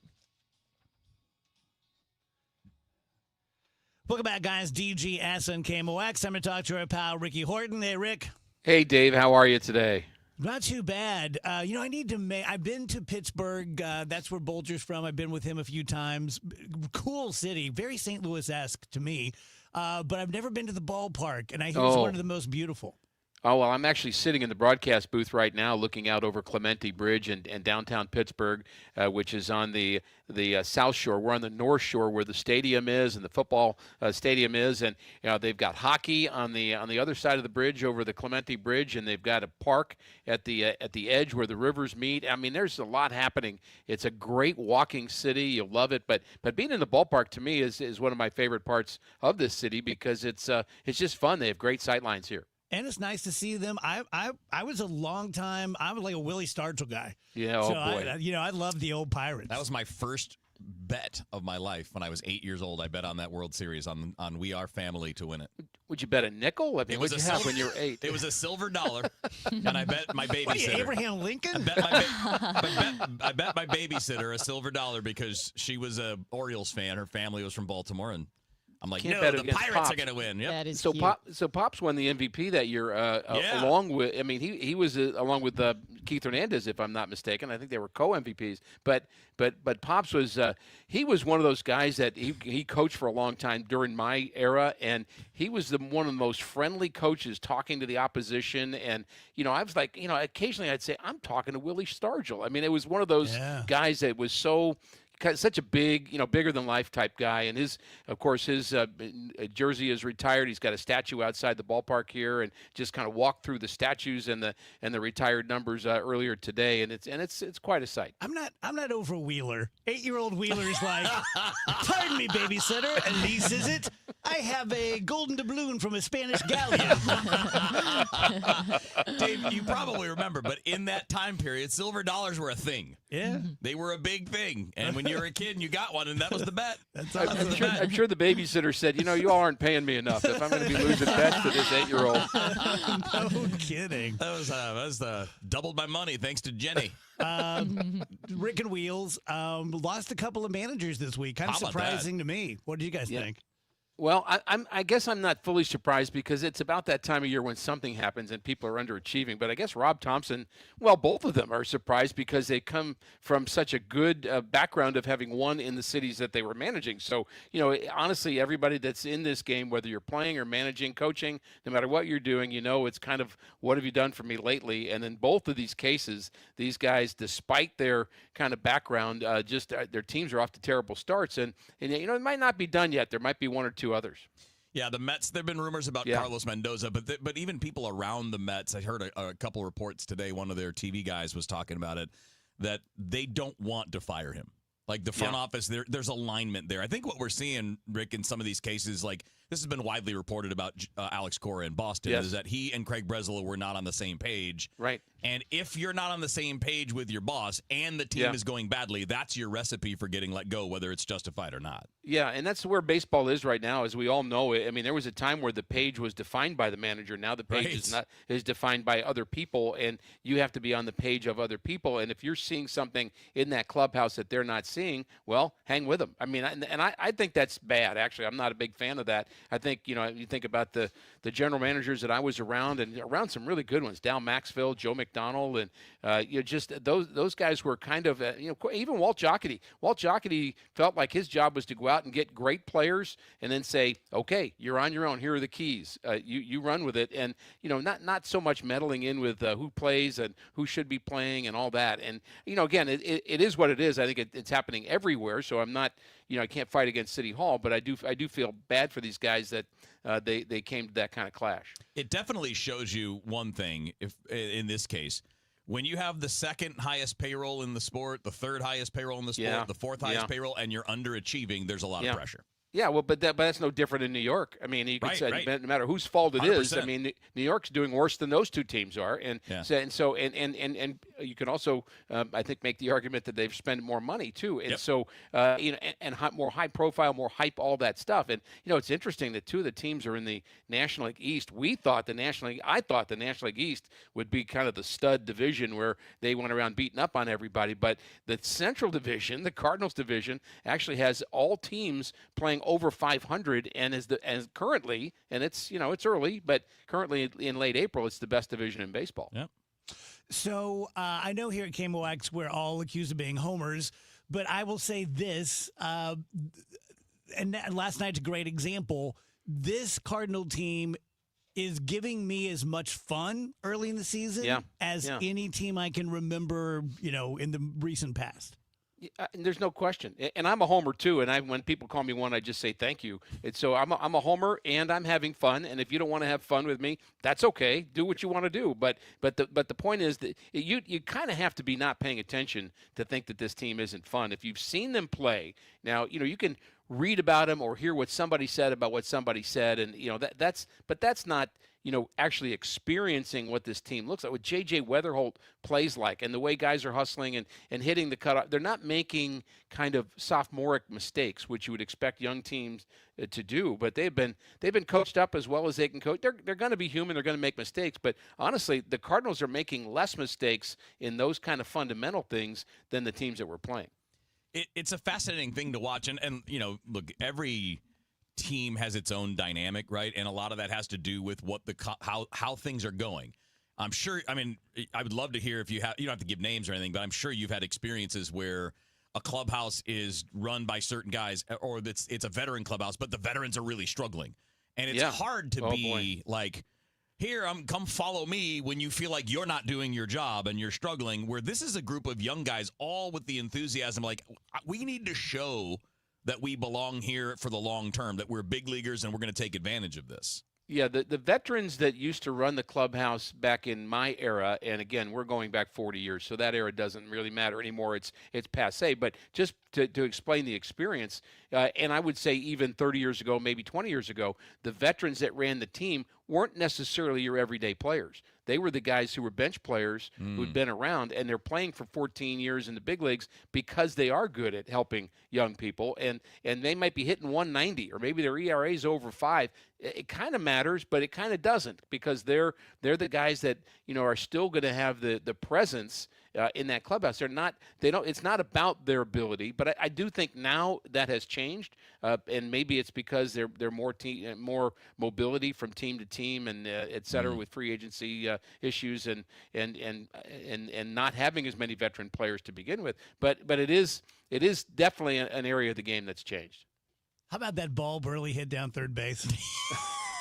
I didn't get the exit velocity, but it doesn't matter. I mean, it was kind of one of those pool shots where you got to hit it around the 8 ball and kind of hit the 7 ball and hit it into the side pocket, and he had that perfect spin on it. It was foul for a long time, then it wasn't, and sometimes it's better to be lucky than good. And Burley's been hit into some bad luck in several games, so it's nice to see him get off that offer, get a couple of knocks. I think that might be just what he needs to start flying.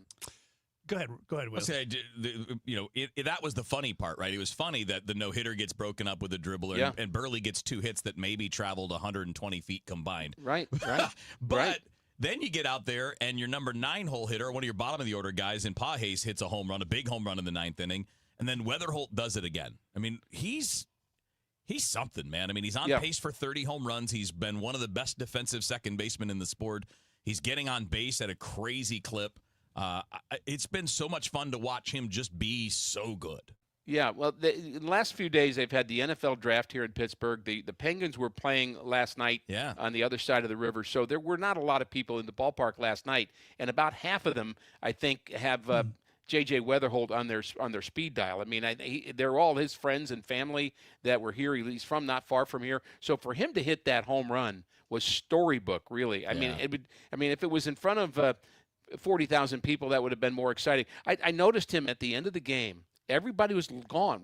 I'm getting ready to leave. He's still in uniform down in the dugout. He's taking a selfie with the stands in the background. He's taking pictures of PNC Park because this was his big leagues as a kid. And you imagine that, to have that kind of game, first time here, having a home run to tie a game in the 9th inning where you grew up watching Major League Baseball. It's a different experience when you're playing at a ballpark that you knew as a kid as opposed to another big league ballpark.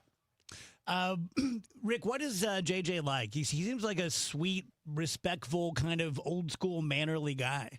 He's all those things, but not weak. I mean, so kind of the don't confuse meekness with weakness kind of guy, because he's very strong-minded. I think he's very sharp too. He's very smart. He takes a lot of detailed notes about kind of everything that he does on the field, and very, very, very prepared. And the other thing I'd say about him in terms of what he's like, I mean, first of all, I appreciate him as a very deep man of faith, which to me is important, and that's kind of our connection a little bit to be able to talk about that. But I also think that he's coachable, which that's a great thing to be when you're a young player in the big leagues with a lot of talent. If there's something he's not doing right, you can tell him that. I know the coaches have said that to us, that they can coach him up. He'll respond. He'll work on it, and then he just gets better at it. I mean, he's extremely coachable. He's willing to listen and wants to learn. He wants to get better. Rick, here at the DGS, we're all big Victor Scott II fans, but we're all concerned. We really want to see him turn this around. Yeah, I'm in that same boat. There's honestly, when you're a fan and you're disconnected from the players personally, you might kind of have a feeling about somebody, and then when you know them, your heart, it's just different because you have empathy for them, which you're expressing for Victor. We all have that. I think everybody in the clubhouse has that. Anybody that knows him has that empathy for him, and I just think there's an adjustment somewhere that he's got to make on his swing where it all locks in, and he's hitting line drives and hard ground balls through the left side of the infield and taking advantage of his speed instead of flying out to left and rolling over a ball. And so the answer is there somewhere. I do think he's got the ability. It's just the swing is a little bit in a disconnect right now. To me, it's a little long, and he's also a little late on his swings. And so, it's, again, that's just about timing, and timing is really hard for hitters big time. But I'm rooting for him. Yeah, it's a hard thing, when you're looking at a hitter, it's a hard thing to figure out the physical adjustment when you're not hitting strikes. Because that's kind of what's happening. He doesn't chase. It's really like he's actually been very good at that. He does not go out of the zone, but when it's in the zone, he's just not doing anything with it. And when you're pitching, Ricky, I mean, if you see a guy that's not doing anything with balls in the strike zone, I'm guessing you're going to feed him strikes. Yes, and the guys that I never liked, I mean, not personally, but the guys I didn't want to pitch to, especially with the game on the line, were those guys that had those short, quick strokes. And we saw 2 short, quick strokes late in the game last night. One of them was Pages, who was really cut down. He's gotten shorter because he was getting beat on some things. So he's up on the plate and he's shorter, and he made good enough contact to hit a home run, which tells you something. But also Jose Fermin, who is as good a contact in zone guy. In fact, he's one of the top 5 in baseball at making contact when he swings at pitches in the zone. He's elite at that. And that's where, and again, it's a short stroke for Fermin, puts the ball in play. His idea, he says, I have a 2-strike approach on every swing, even the first pitch. And that's works for him. And I'm not so sure that kind of approach wouldn't work for Victor Scott. He's definitely, Fermin's not gotten to play a lot. He's definitely making a case to play more. Yeah, he is, and I think the case against him was when we thought of him as an infielder, and we saw some maybe flaws throwing wise, not so much fielding, but throwing wise. He can play the infield, but he's been pretty good in the outfield. Yeah, I've liked him for a couple of seasons. I always thought he was really good. All right, Rick, have a great game tonight, buddy. All right, guys, great to be with you. Cardinals fans, this is Ricky Horton. Have you ever had a dream of meeting your favorite former Cardinals? You can make those dreams come true all season long with St. Louis Cardinals alumni experiences. You can join me and other former Cardinals players at events including Cardinals Conversations, Fans at Bat, Turn 2 with Ozzy, Cardinals Kids Clinics, and Cardinals Fantasy Camps. Don't miss your chance to make lifelong memories. Visit cardinals.com/alumni for more information. If you're craving baseball conversations about your favorite players, alumni, and franchise memories, you'll love that Cardinals Magazine is dedicated to the stories that matter most to you. From Gold Gloves to championship rings, from the Wizard and Willie to Albert, Yachty, Uncle Charlie, and well beyond, their careers define our pages. Treat yourself or a friend to a subscription today at cardinals.com/magazine. Cardinals Magazine, past, present, and future, it's all here. So as I've said before, my buddy Dr. Matt Bays knows that he has opened a niche kind of doctor's office, and that's what he's looking for. And if it happens to be the niche that you need, then all the planets align and this thing works, and that's great. Just file this away that if in the future you or your kids, even your elderly loved ones, take a tumble at a grocery store or, ice and snow, playing a sport, automobile accident, and it's kind of on the edge, right? I mean, like if your leg's dangling, okay, we're going to the hospital. But we've all had those things. You come home, you're like, man, it still hurts, and it's kind of swelling up a little bit. It's kind of turning purple, but you don't really want to go to the ER. You don't want to go see a surgeon. Go see Matt Bays. He's a sports medicine doctor. He's represented taking care of several high schools and colleges, former college athlete himself. He has done about 10 years of regenerative medicine, which is the stem cell injections. So that's for the people who have something chronic, or it could be emergent. I watched a lady get the stem cell injections in her quads because she was a marathon runner and she had recently started having some soreness and such. She flew in on a private jet from Manhattan, as I recall. But whether it's an emergent sort of injury or it's chronic, go see Dr. Matt Bays. 636-735-3003, BaysSportsMed.com. Each year in St. Louis, 10 women are recognized for volunteer leadership that changes lives. They support families, strengthen communities, and create opportunities where they're needed most. Join us Tuesday, May 19th at the Ritz-Carlton for the 2026 Women of Achievement Awards Luncheon. Celebrate their impact and be part of a tradition more than 70 years strong. Reservations available at WOASTL.org. For more information, go to KingdomOX.com/events. Don't miss Mosby Building Arts Home Improvement Show, Saturdays from 11 a.m. to 1 p.m. on KMOX. One of the last call-in shows where you can get live answers to your remodeling, design, and construction questions. Tune in Saturdays at 11 a.m. Straight Talk Wireless presents Pickup Truck Wisdom. If you're only good to your new friends, you're not going to have any old ones. Straight Talk gets it. That's why new and existing customers get free 5G phones on Verizon's 5G network. Pretty simple, really. You keep good people by being good people. Find us at straighttalk.com and Walmart. Straight Talk Wireless. Straightforward. Always. Taxes and fees apply. Plan purchase required for free phone offers. Copyright 2026 Verizon. At Audion Hearing, our mission is simple: to make better hearing affordable for everyone. We're proud to offer high-quality, rechargeable hearing aids starting at just $98. Clear, comfortable, and ready to use right out of the box. And here's a study worth hearing. Research shows that wearing hearing aids can reduce your risk of dementia by up to 61%. Join over 1 million happy customers and hear the difference today by going to audionhearing.com. That's AUDIEN hearing.com. Time now for today's Spotlight on Tech, sponsored by LensSeek. Snap is enlisting Qualcomm to revive Snap's Specs smart glasses. Snap's last generation of Specs debuted in 2019, but the Snapchat parent announced a partnership with Qualcomm to power the augmented reality glasses with the chipmaker's Snapdragon processors. Specs are described as see-through glasses that enable users to see, hear, and interact with digital content just like it's in the physical space. I'm Jason Brooks. My name is Whitney Allen, and I'm a widow. My husband, Ryan, died. We never thought we'd ever have to use life insurance, but the unexpected happened. With Ethos, signing up was fast and 100% online. You can get a quote in seconds, apply in minutes, and get same-day coverage. No medical exams, and you can get up to $3 million worth of coverage. I'm grateful we were prepared. Get your free quote at ethos.com/radio. That's ethos.com/radio. Paid spokesperson. Time spent on application may vary. Online health questions required.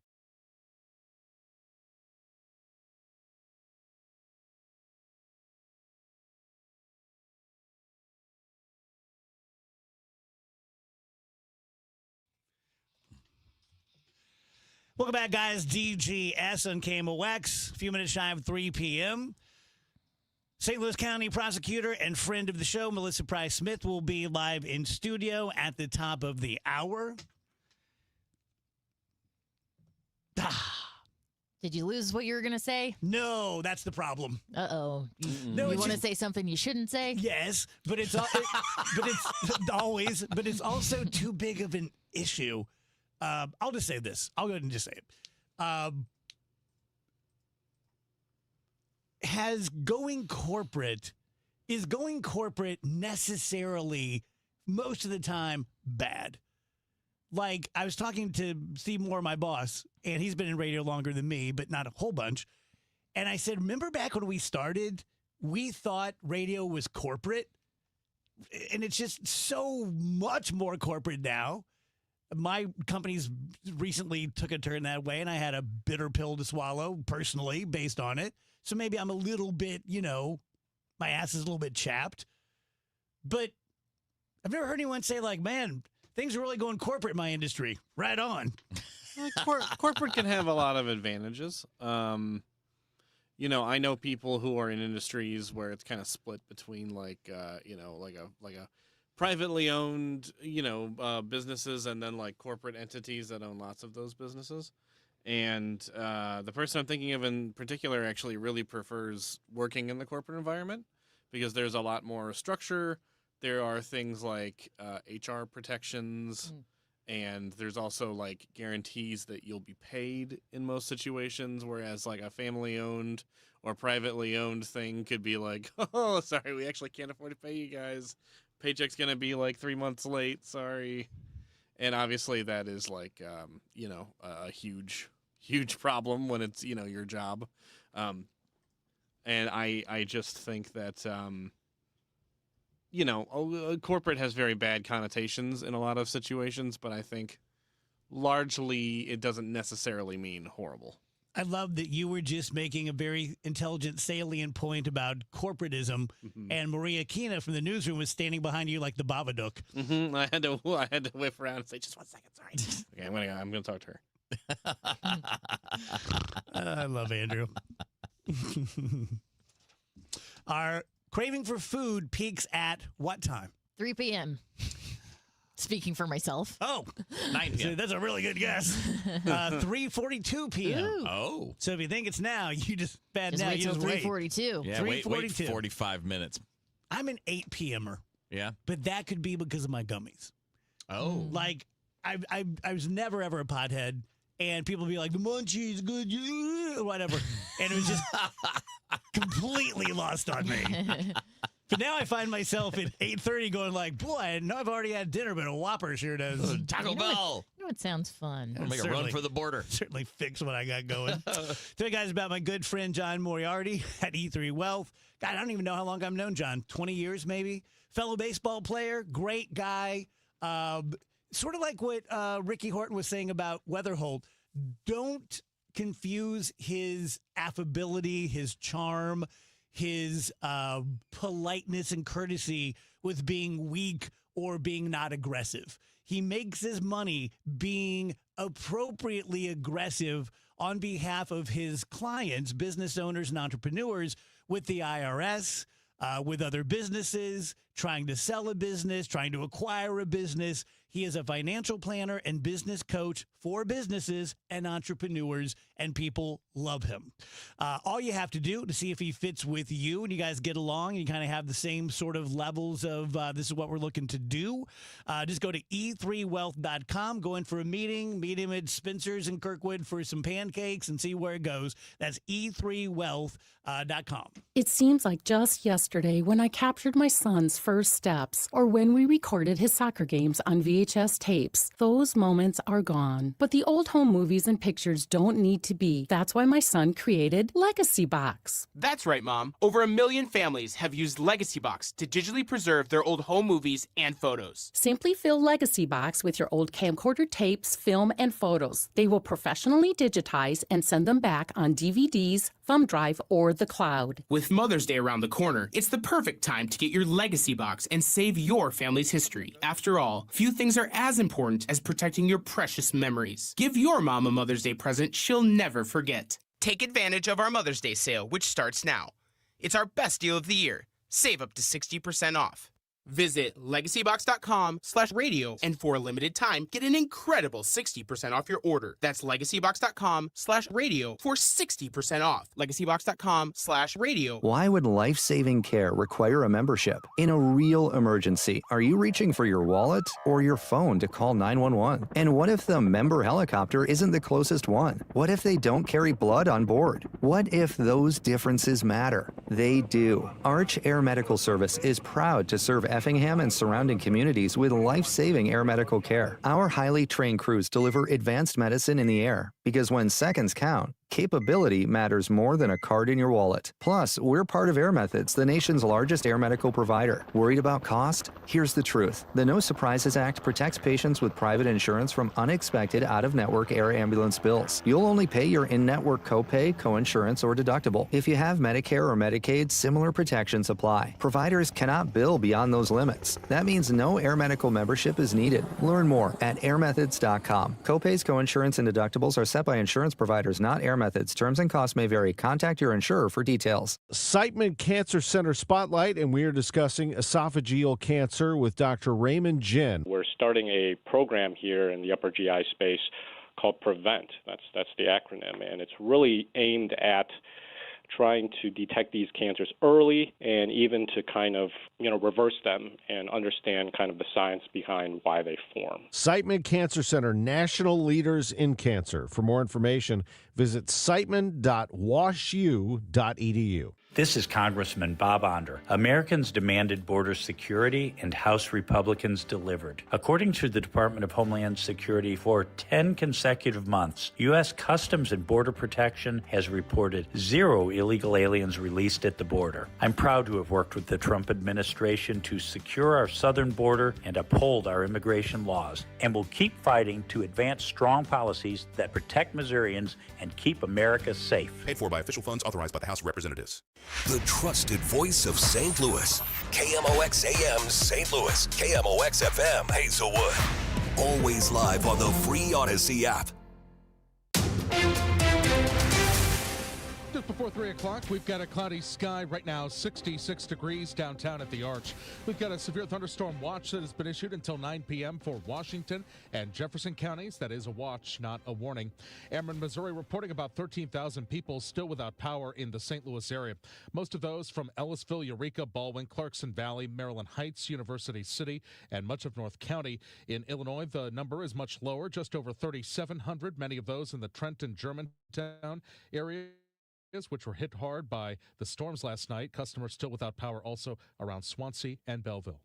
Former FBI Director James Comey has been indicted again, as CBS News correspondent Cammie McCormick reports. This is the second time Comey has faced charges brought by President Trump's Justice Department. The specific charges aren't known, but stem from an image he briefly shared to Instagram last year that showed seashells arranged in the sand to form the numbers 8647. Then Homeland Security Secretary Kristi Noem said Comey had called for the assassination of the president. Comey deleted the photo and said he didn't realize the numbers were associated with violence. Former St. Louis Alderman Brandon Bosley is headed to federal prison. Bosley was sentenced today to 16 months after being convicted in January of wire fraud and lying to the FBI. The scheme centered on his Toyota Prius. Investigators say Bosley pressured an auto shop owner to inflate repair estimates so the car would be totaled, netting him nearly $8,000 from the insurance company. Prosecutors had pushed for more than 16 months.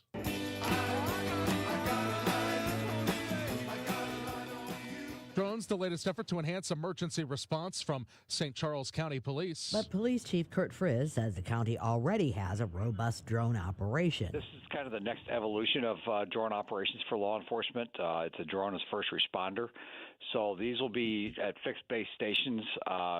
We're partnering with school districts and some businesses, and they will be piloted out of the Regional Information Intelligence Center out of St. Louis County. Frizz tells the Chris and Amy Show any type of crime in progress, accident, even natural disasters, a drone could be launched, get over the scene, and start talking to officers even before they are on the scene. This gives first responders an advantage of the situation they are responding to. Maria Akina, KMOX News. The bottle cap was an important invention. Before it, your Budweiser would come with a cork, says Anheuser-Busch Chief Storytelling Officer Tracy Lauer. We started experimenting with that new invention, the bottle cap, around 1903.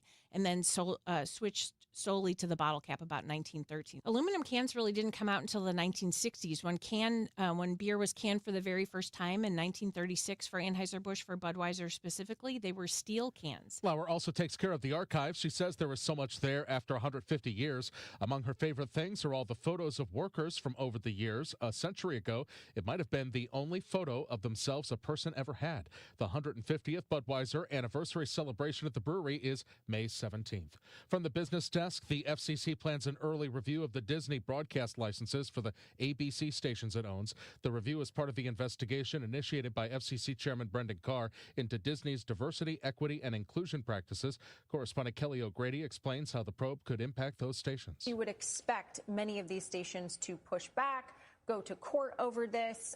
If it were to be revoked, this is going to be a long hearing and legal process. I think the question, though, is if it were to get to that point, I mean, are these stations, is there the appetite to do that? This would be very costly. The move comes after President Trump demanded ABC fire Jimmy Kimmel for a joke he made about the First Lady Melania Trump.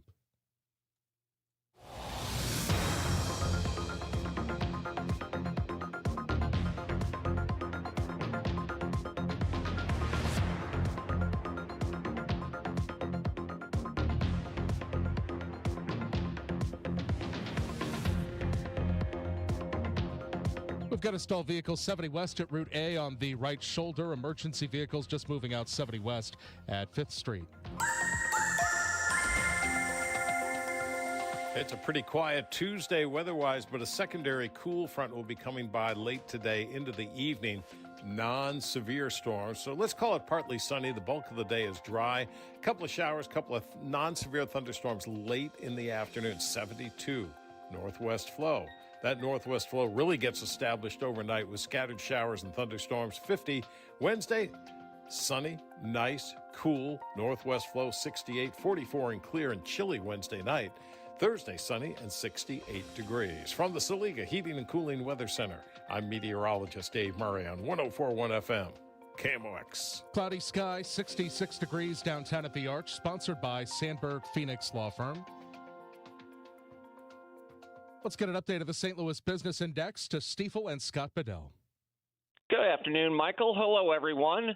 Softness in technology stocks and artificial intelligence stocks in particular spilled over into the broader markets, creating a down day. At the close, the Dow Jones Industrial Average was lower by 31 points, closing at 49,136. The Standard & Poor's 500 index fell 0.5% at 7,138, while the NASDAQ Composite Index lost 0.9%, finishing at 24,663.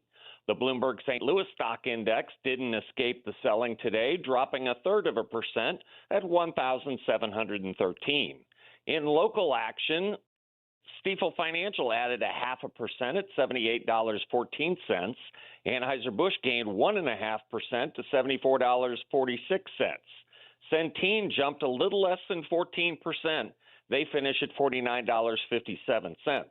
On the downside, Boeing fell 0.25% at $230.78, while Emerson Electric dropped 2% to finish at $138.42. This has been Scott Bedell from Stiefel Financial, member SIPC and New York Stock Exchange. For more information on our firm, please visit our website at stiefel.com. Michael Calhoun, KMOX News.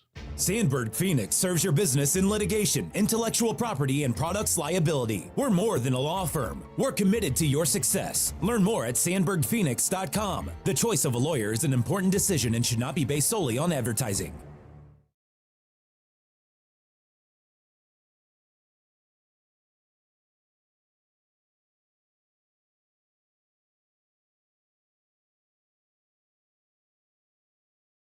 The Dave Glover Show is sponsored by the Michaels Flooring Outlet, the flooring experts. IGotFloored.com. Welcome back, guys. DGS on KMOX. Happy Tuesday. A few minutes past 3 p.m. Personal friend and friend of the show, St. Louis County Prosecutor Melissa Price Smith is with us, and a member of a growing group of people who acknowledge that my son Nick is way cooler than me. He actually is. He's yes. pretty cool. Yes. He's pretty great. Gotta say it. How you been? How's year one going? Really going really well. Thanks for having me back. Of yes, course. I have been in office for a little over a year. January 3rd was 1 year leading the prosecutor's office. Does it feel like 10 years? Feel like 3 months? It does not feel like 10 years. Well, I've been in the office 19 years, but leading the office for the last year, and we have just been so busy just taking the office to the next level. Created some new teams, brought in a lot of great new people, both veteran prosecutors as well as young prosecutors. I'm so proud of the work we've done this last year.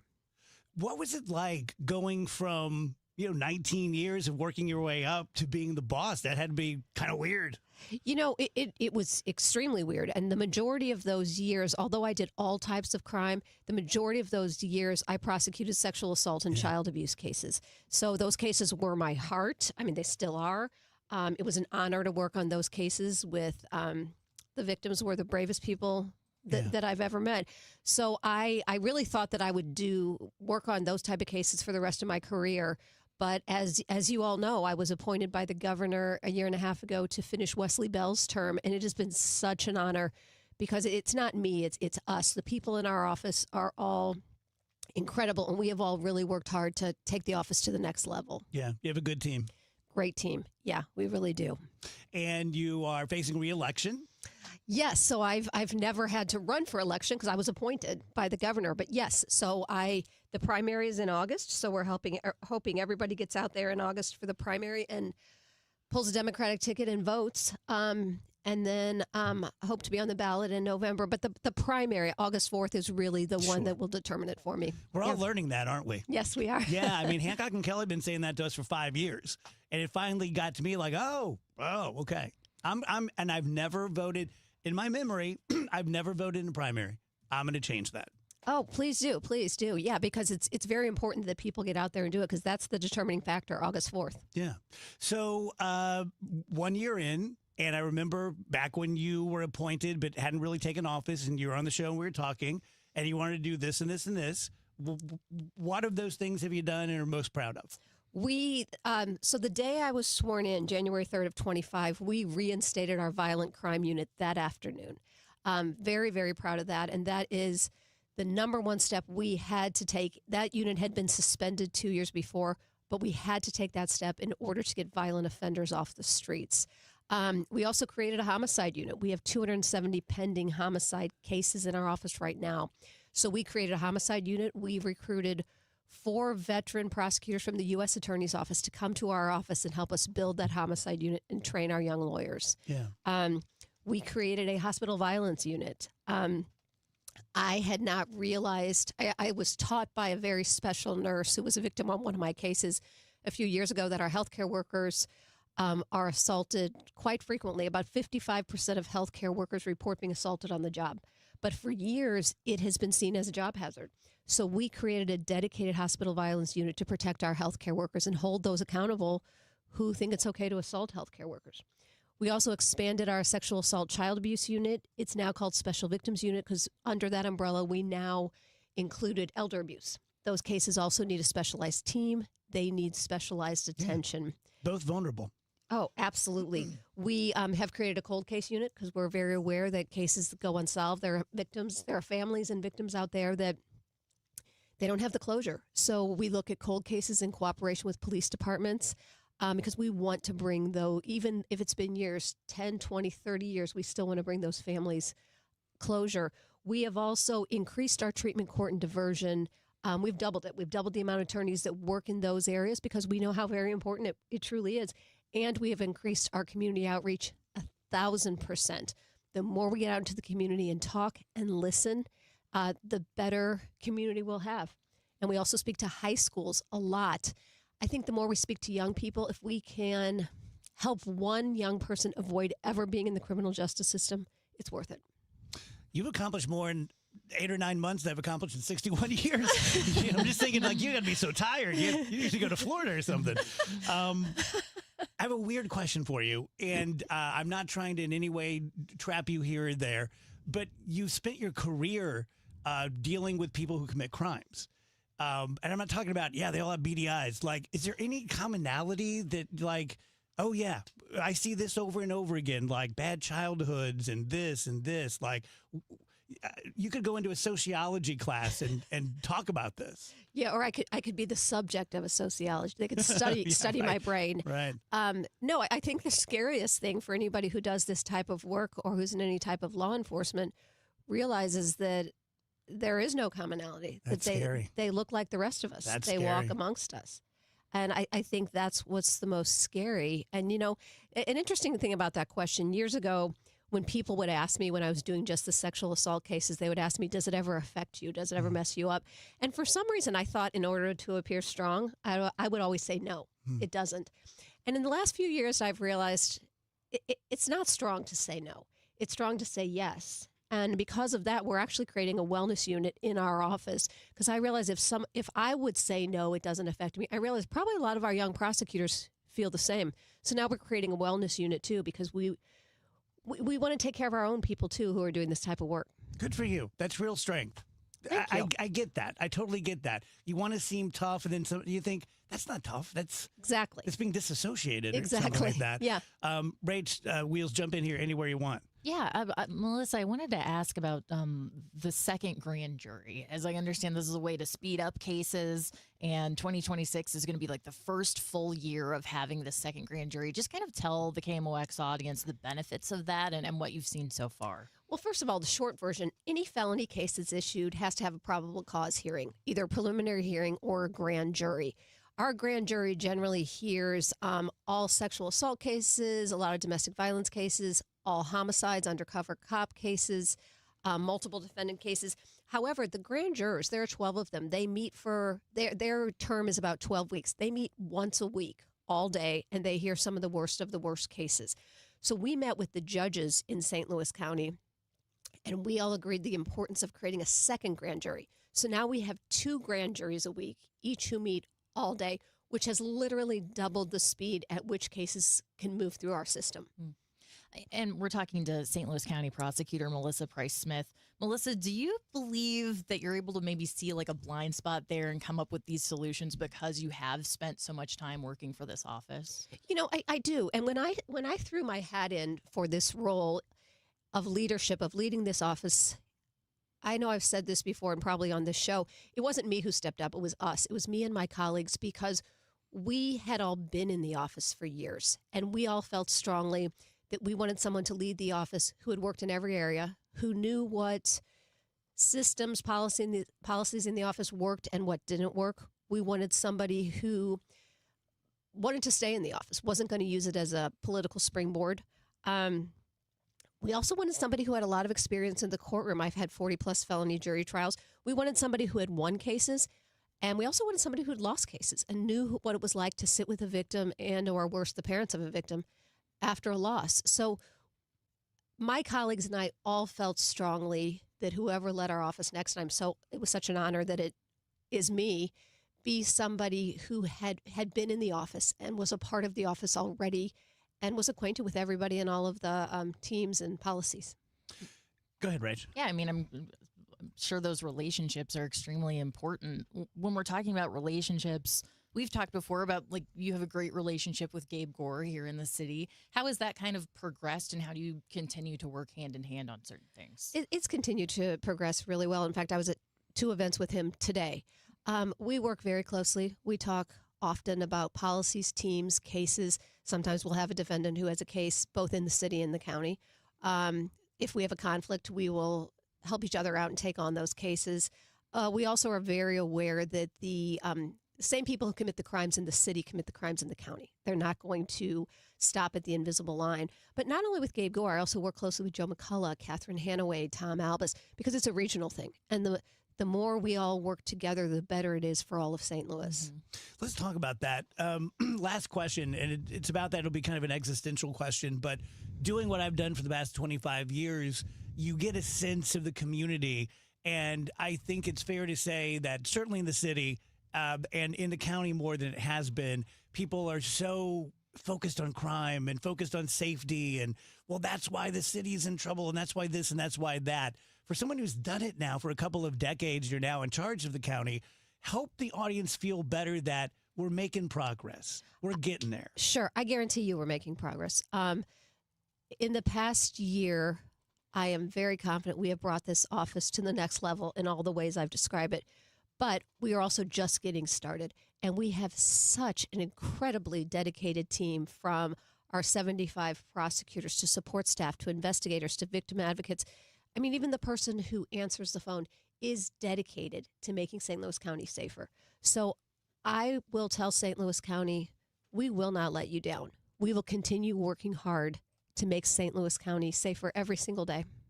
That's Melissa Price Smith. She is running for her current job of county prosecutor. It's maybe a little bit too inside because I consider her a friend, but if you care what I think she's great. Good to see you. Always good to see you. Great to see you. Keep up the good work. Thank you so much.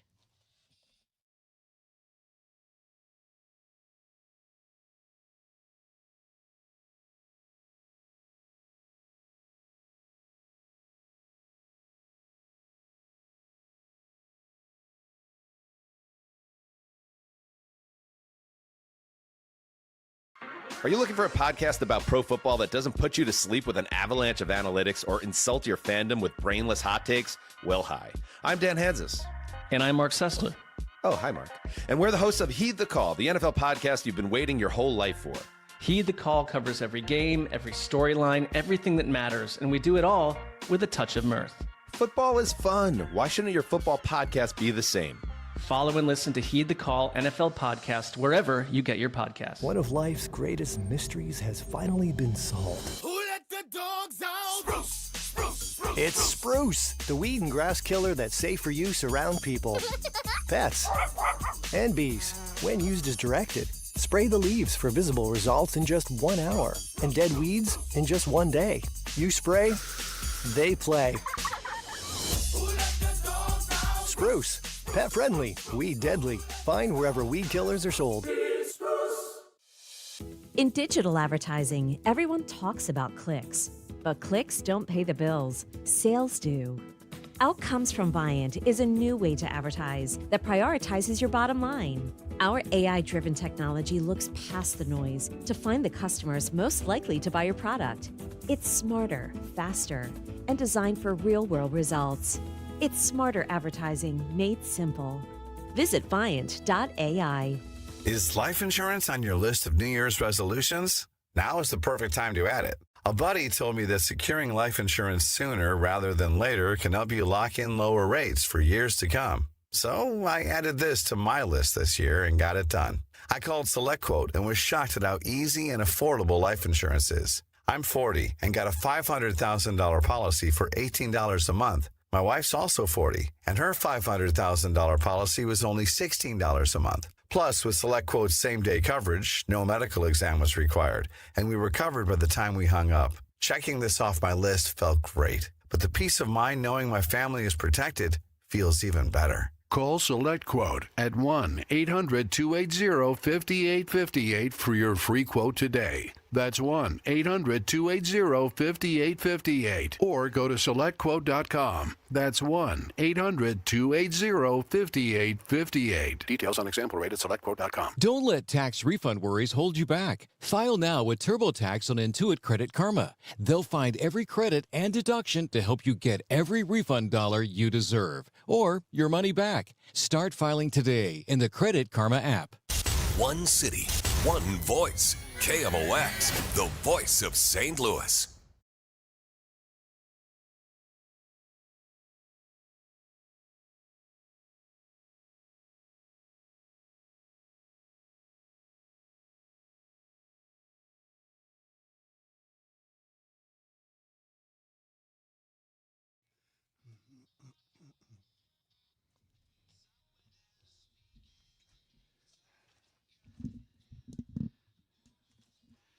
Welcome back, DGS.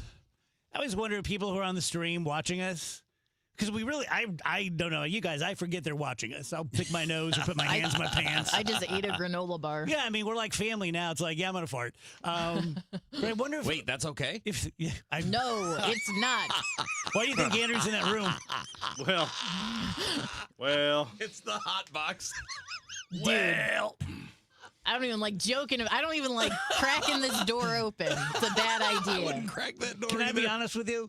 Earlier today, I walked in to talk to you about something, but I smelled something, and I think it was Doritos. I mean, I didn't fart, but I also You also didn't eat Doritos? didn't have Doritos. Aren't they sitting right by you? Doritos? Yeah. Like just in general? Look to your right. No, that was Sun Chips, and those are in the trash now. Gone. Okay. Yeah.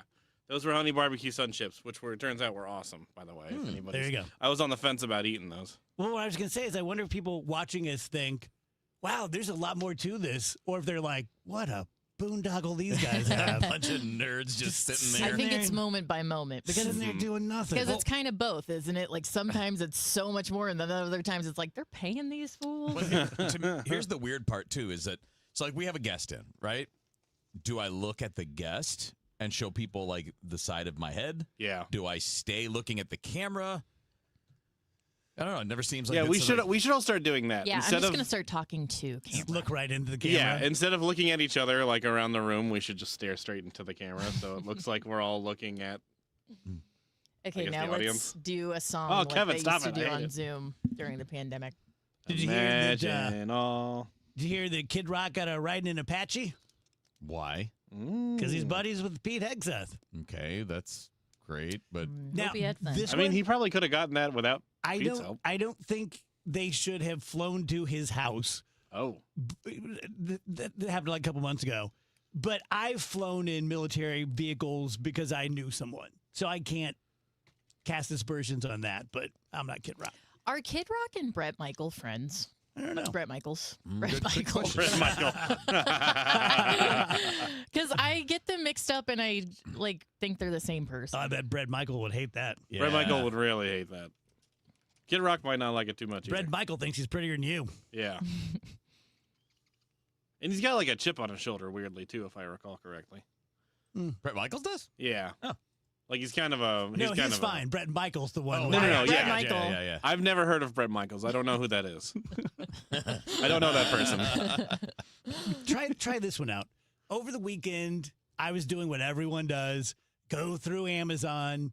There's 1,000 movies. I don't care about any of them. Go through Netflix. First run movies. No, thank you. Dude. And right there is Independence Day. Yeah. So I turned it on just 10 minutes and it struck me.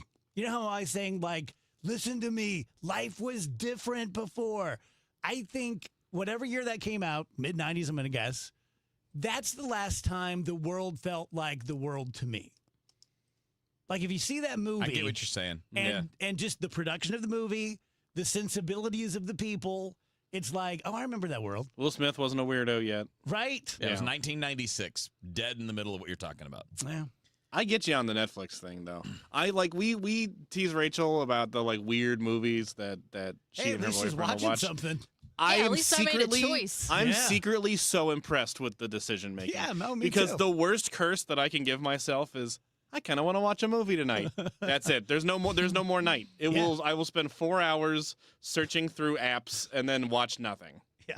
And just like, Well, you guys will remember this maybe, but a few years ago when we were at 97.1, we had a professor on who wrote a book called The Paradox of Choice. Remember that guy? And he was so excited because we're the only one who booked him. But it was so interesting. no one else could decide. Yeah, that's right. He made the analogy. He said, when I was a kid, there were like 3 different salad dressings. Yeah. And now there's 100. And that people get, we've all experienced it. You just get, what's it called? Like Analysis paralysis. analysis paralysis. Yeah. That's what I'm thinking of. But yeah, I get that now horribly with my entertainment. Yeah, if you just gave me 3 doors and you're like, funny movie, scary movie, action movie. Boom. And I just pick one and Yeah. they just show me a movie. Get what you get. That would be like a better way of doing it than just leaving me to my own devices to wallow.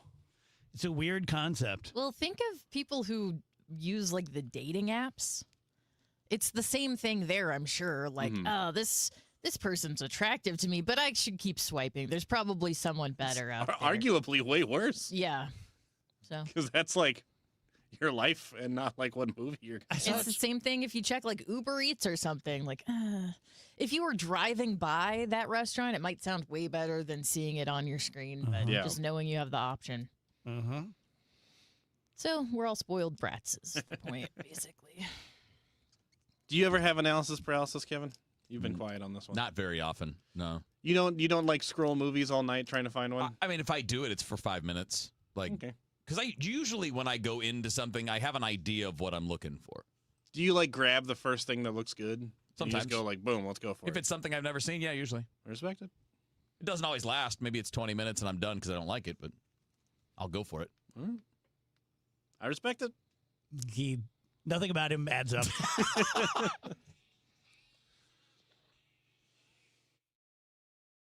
The thing that you need in the morning, when you first wake up. Total Information AM. I like to be informed with the news and like to know, like in the mornings, I like to know what's going on. Debbie Monterey, Megan Lynch, Tom Ackerman. It's always smart to know what's going on. Your morning news and information. The national and local news. Weather. Sports. I like the traffic reports. Total Information AM. I listen to it in the mornings, so it really gets me going. Total Information AM. Weekdays 5 to 9 on the voice of St. Louis, KMOX. The BizDash 5K, presented by Worldwide Technology, is back. Produced by the St. Louis Sports Commission, this high-energy corporate race is St. Louis's healthiest happy hour, combining fitness, fun, and unbeatable team bonding for companies of every size. Runners and walkers of all levels are welcome. It all comes together at Energizer Park Thursday, May 7th in downtown St. Louis, an office party like no other. Create your company team today at stlbizdash.com. You guys, about neovitin. So it's pretty straightforward that everyone feels a certain way. And we all know what I'm talking about. You get up in the morning, you get to work. Hey, how you doing? Good to see you. Oh, and people you're honest with, like I am with the guys, like, I don't feel so great, didn't sleep so well, blah, blah, blah, blah, blah, blah. So exercising makes you feel better. Eating well makes you feel better. Losing weight makes you feel better. Being in a good mental state makes you feel better. Then there are physical things that you can do. And to my mind, the cheapest, easiest thing that you can do, the biggest bang for your buck, is taking a really good multivitamin. Neovitin is a company that I have been doing business with now for going on 20 years. I was in on the absolute ground floor when they had a couple of mom and pop pharmacies. That was it. Their absolute dream was to get into Schnucks and Deerbergs, where they've been now for a very long time. Now they're regional. They are in Illinois, Chicagoland, and Iowa. And I can tell you from my experience with Foxpaw and Schnucks and Walmart, that doesn't happen unless you really, really deserve it. There's a big wall to get over to get into grocery stores, and Neovitin has done that and continued to excel. Next time you're at Schnucks or Deerberg, stop by, get a bottle right there off the shelves, or do it at neovitin.com. Do you ever feel like people are mumbling more than they used to? Or maybe conversations at restaurants and family gatherings have gotten harder to follow? If this sounds familiar, it might be time to learn more about your hearing. That's why we're inviting you to a special lunch and learn at the Audiology Center. This event is on April 29th for various time slots. It's a relaxed and friendly gathering where our certified audiologists will talk about hearing and hearing loss, answer your questions, and share how today's hearing aids can help you connect with the moments that matter most. Hearing loss often happens slowly, and many people don't realize how much they're missing. It's important to know how untreated hearing loss can negatively affect you in the long term. It's a no-pressure event, just good conversation and good information, and lunch is on us. Seats are limited, so please call 636-441-7470 to reserve your spot for our free lunch and learn at the Audiology Center on April 29th. Take the first step towards hearing more clearly. Hey, St. Louis, need to sell your home fast? The Gelman team with eXp Realty can make you an instant cash offer in just 24 hours. No showings, no repairs, no waiting. Visit thegelmanteam.com or give them a call at 314-336-1991. Traffic from the MichaelsFlooringOutlet.com Traffic Center. Well, a little light rain out there and more volume makes slower going definitely compared to yesterday. On 70, you have delays both ways, just slow going around the city limits, Jennings Station, westbound again from 94 to Zumbell, from TR Hughes through K, and Lake St. Louis out through 61 is kind of busy.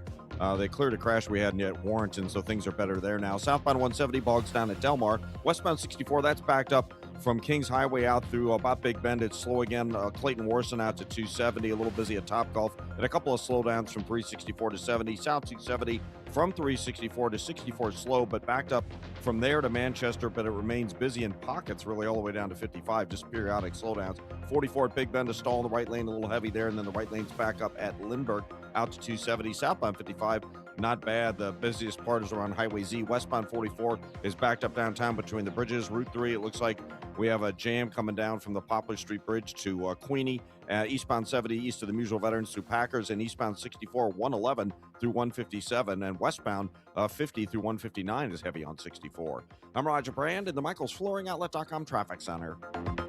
Summer's here. Is your backyard ready? If you missed the spring rush, Artistic Decks can still make it happen. From premium wood to maintenance-free composite, get the quality you deserve. Don't wait. Call Artistic Decks today at 314-280-0821. Love it when the playoffs roll around, especially in the NBA. And right now, FanDuel is serving up a happy hour every day during the playoffs. We are talking special drops you are not going to want to miss, from profit boosts to bonus bets and more.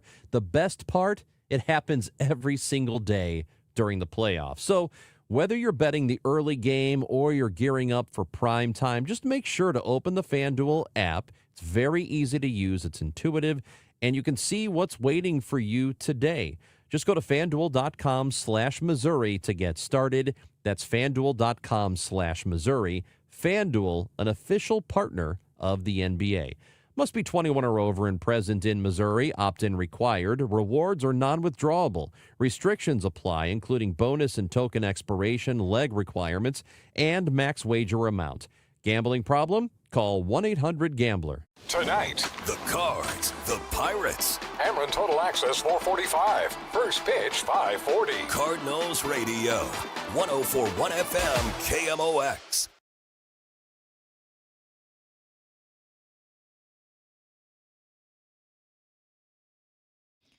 Dave Murray's weather forecast is sponsored by Artistic Decks.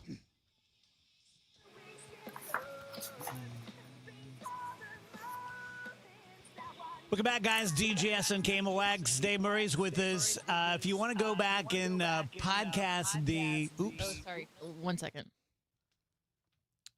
We might be better now. Echo. What's going on here? I don't know. Let's blame Dave. How's that? Yep, still us. Is it Dave's connection that's causing that? Let me try something. Okay. I think it might be Dave's connection. Say that three more times.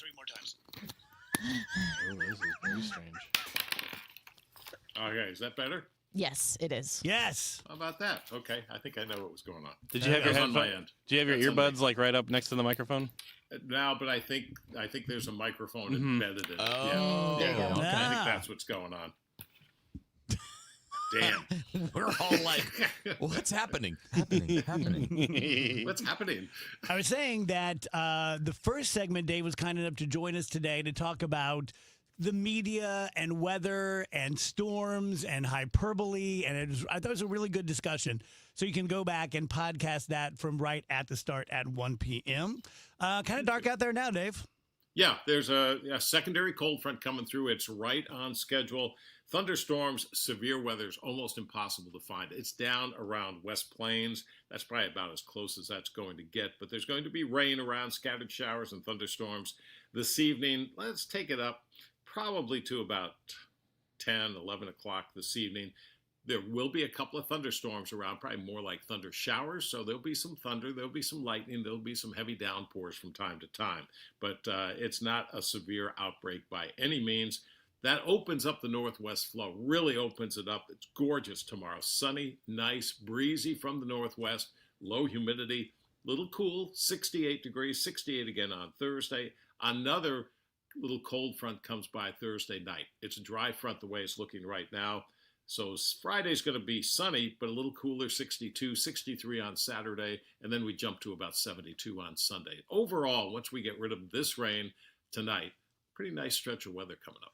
You know what I think about sometimes, and Dave, I'm sure you do, is we've never thought we're more in control of everything. down to the finest minutia. But the weather, like you can hide from it. You can protect yourself. Can't control it. You can't control it. And if you're in it, I don't care how rich you are or how strong you are, you're screwed. Yep. And wishing doesn't help matters. You can't wish it's not going to rain on your picnic. Dang it. If it's going to rain. I know. You can try. You can absolutely try. Headlines, Rach? Yes. Let's start by talking about something that Taylor Swift is doing. I think we were supposed to talk about this with Brad, but we just got caught. We had so many topics with him earlier today. Taylor Swift has filed to trademark her voice and likeness because of AI deepfakes. Matthew McConaughey has done this previously. But Taylor has been the target of numerous deepfakes in recent years, so it's not a surprise that she's looking ahead on this and looking to protect her very lucrative brand. I should do this just to feel cool. I mean, it's not a bad idea. I remember back, I don't know who it was, Dave, someone, a pianist insured their hands for $1 million and a dancer insured her legs. I always thought that was the coolest thing. Yeah, I always heard that. Betty Grable, I think, insured her legs. Heidi Klum also. And I think one of her legs is worth $1 million and the other was like 1.2 million. Because one had a little scar. One had a little scar. Wow. Yeah, it was very Mind silly. checking that out. Jeez. I guess you can wish for that. That's right. So Australia, And it won't happen. Yeah, much like the weather. So Australia has been in the news a lot lately when it comes to social media because they have the social media ban for children under the age of 16. Now it's taking on big tech and saying they're going to tax big tech in order to fund local news. So basically they're saying they're going to slap a 2.25% levy on Australian revenue from major digital platforms like Google, Meta, TikTok, unless they strike a deal to pay local publishers for news content. So basically royalties for to put it in terms of here in St. Louis, if KMOX puts an article up on Facebook and Facebook makes any money from it, they need to be paying royalties to KMOX. I mean, makes sense. Yeah. Meta argues the move is simply wrong and that news outlets choose to post on its platforms because they benefit. Oh, never mind then. Right, but then people steal it, right? You got all these aggregators out there that will just copy and paste something they didn't start. And it's a real business, like BuzzFeed, and they right? get paid by Facebook and Twitter because they get all this. They get all of the clicks, but they don't attribute anything. They don't attribute it to KMOX or to Ken Rosenthal or whatever. They just take the text, they copy it, same word for word, and then they get all the benefit from it. And I think it should be illegal to just steal people's work. You should have to, at the very least, credit them and say, this is from this outlet, this person, whatever. And if you don't, that should be a fine. If you have at least a 4-inch telescope with automatic tracking and video at 25 to 30 frames per second, you can help NASA spot lunar strikes. So they want citizen scientists to track impact flashes. These are brief bursts of light visible when meteoroids slam into the moon's darkened hemisphere. And the force is up to several pounds of dynamite. Oh. So if you have a means of spotting and recording it, NASA says, please help us out. Thought that was kind of neat. Yes, Dave. It's just a bad topic for me. Why? About 3 years ago, I got one of my wild hairs and decided I was going to be an amateur astronomer. Oh. And I bought a pretty nice telescope, not like 10 grand or anything, but, you know, a few $100. But I'm so lazy and I didn't read the directions. And so one night I took it out and with the kids and I like looked into the little eye hole and I didn't see anything. I'm like, well, that's that for that. So it's broken. It's never been back outside. It doesn't work. What's that? Did it have a cap on the end? No, I got that part. Dave's looking for the moon. He's like, I can't even find it with this thing. I'll tell you, maybe a year ago, something in that range, we went to something that was held by the library system, but they have these really big telescopes, like the big ones, and they do it way out in the boonies. I've heard of that. Out west, like St. Charles County, but in the I heard country they can't part. see anything. It's so amazing to see the Milky Way and see these various things through those powerful lenses. It's unbelievable. Yeah. The best Science Center does that. Oh, that's cool. The best I've had is like being in Colorado. Oh my God, that's got to be amazing. In the desert. Yeah. I remember when I visited my brother. He lived in Tucson. and I only visited him once because he was only there for a few years.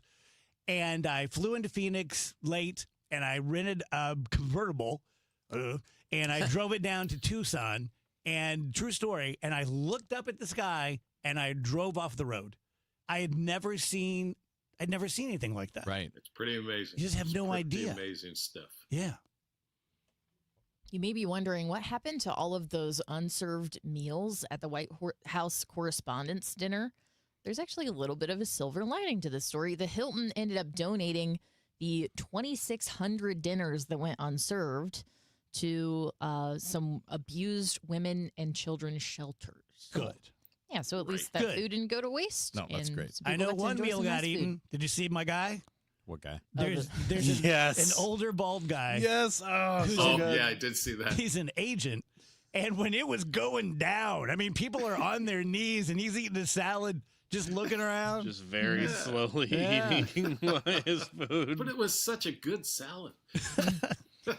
Yeah, they asked him if he was scared. He's like, first I got a bad back. If I would have gotten on the ground, I couldn't have gotten up. And secondly, he's like, no, I was fine. They had steak and lobster. I'm not ditching the steak and lobster. It's at least coming with me. If I'm going somewhere, Taking the that's plate. that's coming too. By the way, did you see all those Hoosiers stealing the wine? What? Yes. No. Yeah, they're loading up their purses and stuff with bottles of wine. Like, we just had an assassination attempt. Further evidence this thing doesn't need to exist. One more thing. We didn't talk about this earlier when we were talking about the assassination. Am I the only one that, as you were watching it live, and they were saying, just hold on, the president's coming back, we're going to go ahead with the show. I'm like, I must have seen too many movies because I thought you had to get all those people out, sweep the room, make sure there are no other Confederates in there, make sure there are no bombs or anything. Just even the fact that they had the discussion, I thought was kind of stupid. Also, like, he didn't want to be there anyway. He kept saying, I don't want to do this. I think it's stupid. I don't want to be there. So it's like, why? Well, I do think it's a special circumstance because it is the press. Like in most situations, I do think people would maybe be more afraid, and then not saying like the press is so brave, but typically when these things happen, like these journalists are rushing in to get the story. And I was watching coverage on C-SPAN that night, and they pointed out, like, yeah, these people do not want to leave. They want to gather stuff so they can talk about it on their shows tomorrow, so they can write about it tomorrow. And I'm not even talking about them or what they want or their bravery. I'm just saying, like, again, I think I've watched too many police shows because I'm sitting there on my couch saying, you got to sweep the room. Come on, boys, got to sweep the room. Got to make sure there's nothing there. Anyway. I think in order to get in, though, you had to go through a sweep. Yeah. So maybe they figured everybody in there is close good. the doors. Everybody's in there is probably good.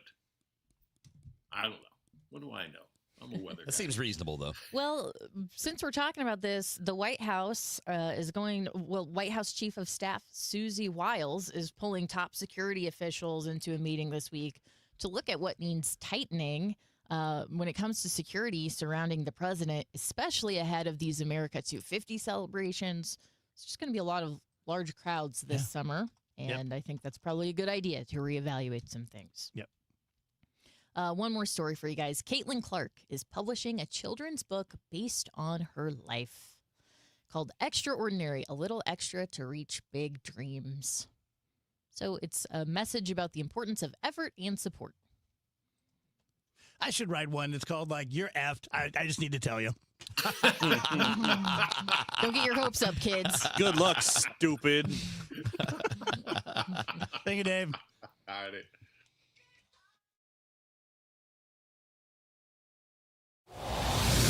Traffic from the MichaelsFlooringOutlet.com Traffic Center. Well, this traffic report is a service of McKelvey Homes. We still have this jam on Route 3, not quite as bad, but it's still backed up south of the Poplar, really, all the way down to Queenie. It could be signal problems. It's not the railroad tracks. It's the actual street where the jam breaks free at.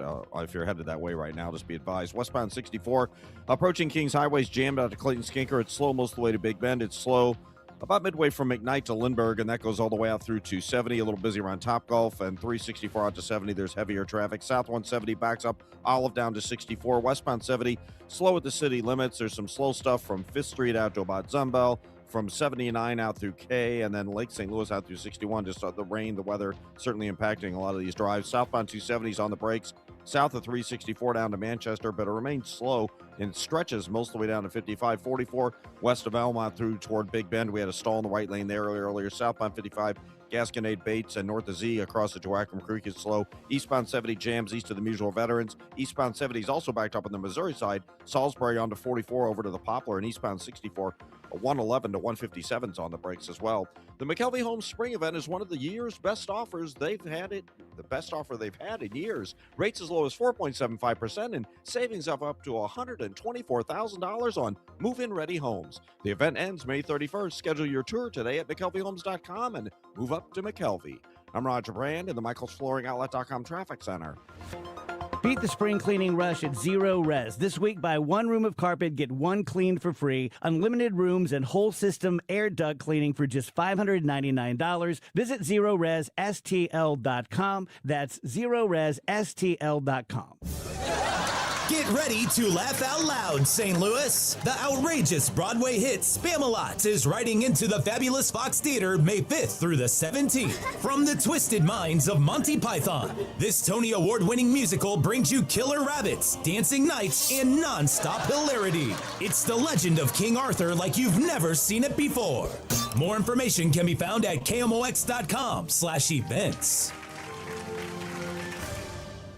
This is Congressman Bob Onder. Americans demanded border security, and House Republicans delivered. According to the Department of Homeland Security, for 10 consecutive months, U.S. Customs and Border Protection has reported 0 illegal aliens released at the border. I'm proud to have worked with the Trump administration to secure our southern border and uphold our immigration laws, and will keep fighting to advance strong policies that protect Missourians and keep America safe. Paid for by official funds authorized by the House of Representatives. Tell you guys about my friend Susan L. Ward. Susan's there for you if you're going to be getting divorced, or if you are divorced and someone is taking you back. It's called a modification. And that used to be, about a third of the cases I would get, that you get divorced and you have all your paperwork, and then either someone leaves something out. We didn't say who was going to pay for college. We didn't say this. We didn't say that. Or something changes. You know, they hit the lottery. They married a multimillionaire. They lost their job. I am disabled now. Anything involving you and a divorce, whether you're heading to it or it's in your rearview mirror, but it seems to be rearing its head again, you can't do better than Susan L. Ward. As I always say, talk to your best friend, talk to your pastor, talk to your priest, talk to a counselor, but you haven't done what you need to do until you've spoken to a really, really good divorce attorney, and that's Susan. She has offices all over Missouri, 314-783-9400, stlfamilylaw.com. This is the story of the one. As a maintenance tech at a university, he knows ordering from multiple suppliers takes time away from keeping their arena up and running. That's why he counts on Grainger to get everything he needs, from lighting and HVAC parts to plumbing supplies, all in one place. And with fast, dependable delivery, he's stocked and ready for the next tip-off. Call 1-800-GRAINGER, click Grainger.com, or just stop by. Grainger, for the ones who get it done. You just testified under oath you're getting more fiber in your diet, and it was easy? Where is this additional fiber coming from? Mira Fiber Gummies. Objection! It's true. Mira Fiber has 8 grams of fiber to help me get the fiber I need in a day, plus 4 B vitamins for metabolism support, all in one serving. Overruled. My gut rests its case. Oh, that's my line. Find Mirafiber today at your local retailer from the makers of Miralax. Mirafiber supports metabolism of carbs, fats, and proteins. Serving size is 4 gummies. I'm John Morgan of Morgan & Morgan. My best advice to you when hiring a lawyer for your injury case is simple. If you know court personnel, ask them who they'd hire. They know. If you know an insurance adjuster, ask them. They know. And then ask them about us. Ask them about Morgan & Morgan. They know. I look forward to talking to you soon. There's only one Morgan & Morgan, America's largest injury law firm, for the people. Injured? Visit forthepeople.com for an office near you. There's a new kind of energy at Starbucks. When your day needs a reset, try the all-new energy refreshers. Strawberry acai, mango dragon fruit, or the all-new mango strawberry. The refreshers you love, now with extra caffeine. New energy refreshers only at Starbucks. Staples has hundreds of ways to grow your business this spring, like spectacular signs, brilliant brochures, eye-popping posters, mouth-watering menus, and more. Shop now through June 13th and save up to $150 on all your custom prints. Staples. That was easy.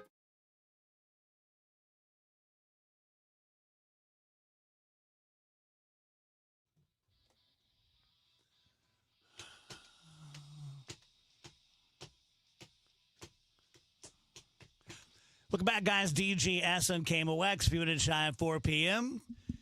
Going to do a think tank today. We have Jeff Rainford and David Barklage. That'll be good. Lots to talk about. Andrew, that last ad for and now with extra caffeine made me think back to the days when you were doing the charged lemonades. Oh, yeah. And Panera. Oh, I miss them. I miss them every day. I miss them so much. I would get them every single day. Wow. Because I'm in the sip club. Which I gotta quit because I stopped going there largely when they got rid of those. Although, actually, weren't you never in the SIP Club? Wasn't it Megan?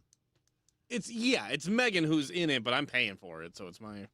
Well, all right, there, big called G. marriage. Yeah, that's I'm the just benefits saying. of marriage. I'm just saying, like it was a team, it's a partnership. The SIP Club partnership. Yeah, it's a SIP Club partnership. But man, I miss those things. You ever seen like a snake charmer on a movie and think, I don't want that for me? Yeah. Tourist vacationing in Egypt died after being bitten by a cobra during a snake show. The snake charmer let the snake crawl up the guy's pants. He bit him and he did. Man. Yeah. Probably don't play with bitey snakes. What a dumb way to die. Well, especially because you're probably thinking to yourself, "Oh, there's no way anything Yeah, bad." they do this all day, every day. Snake charmer would never let anything bad happen to me. I mean, he put a cobra in your pants. Just in case you guys are planning a night out with your buddies. You guys have other buddies? Yeah, some buddies. Trivia night. Over. Losing steam. The hip new event popping up on the bar scene is nude drawings. What? Oh, interesting. Yep. Wait, so you sit there and you draw them? Yes. Just like an art class. They bring in nude models. At a bar? In a bar, and you drink, and you eat, and you draw the nudies. So they're just like making up a game so they can just put naked people in front of you at the bar?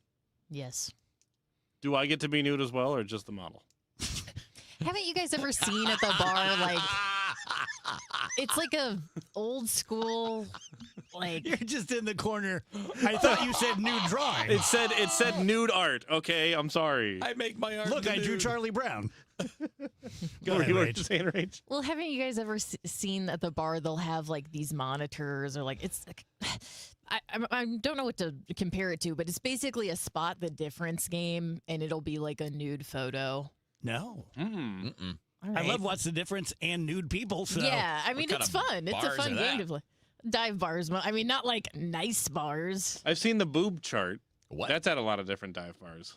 What's the boob chart? Just like It's like- different types of boobs. Yeah, like, and then they have like a pithy name for each of them. Paul says that Andrew would be drawing a selfie. That's pretty great. It's like a stick figure, but the body's a circle. Shannon Elizabeth. No. Remember her? No, I don't remember her.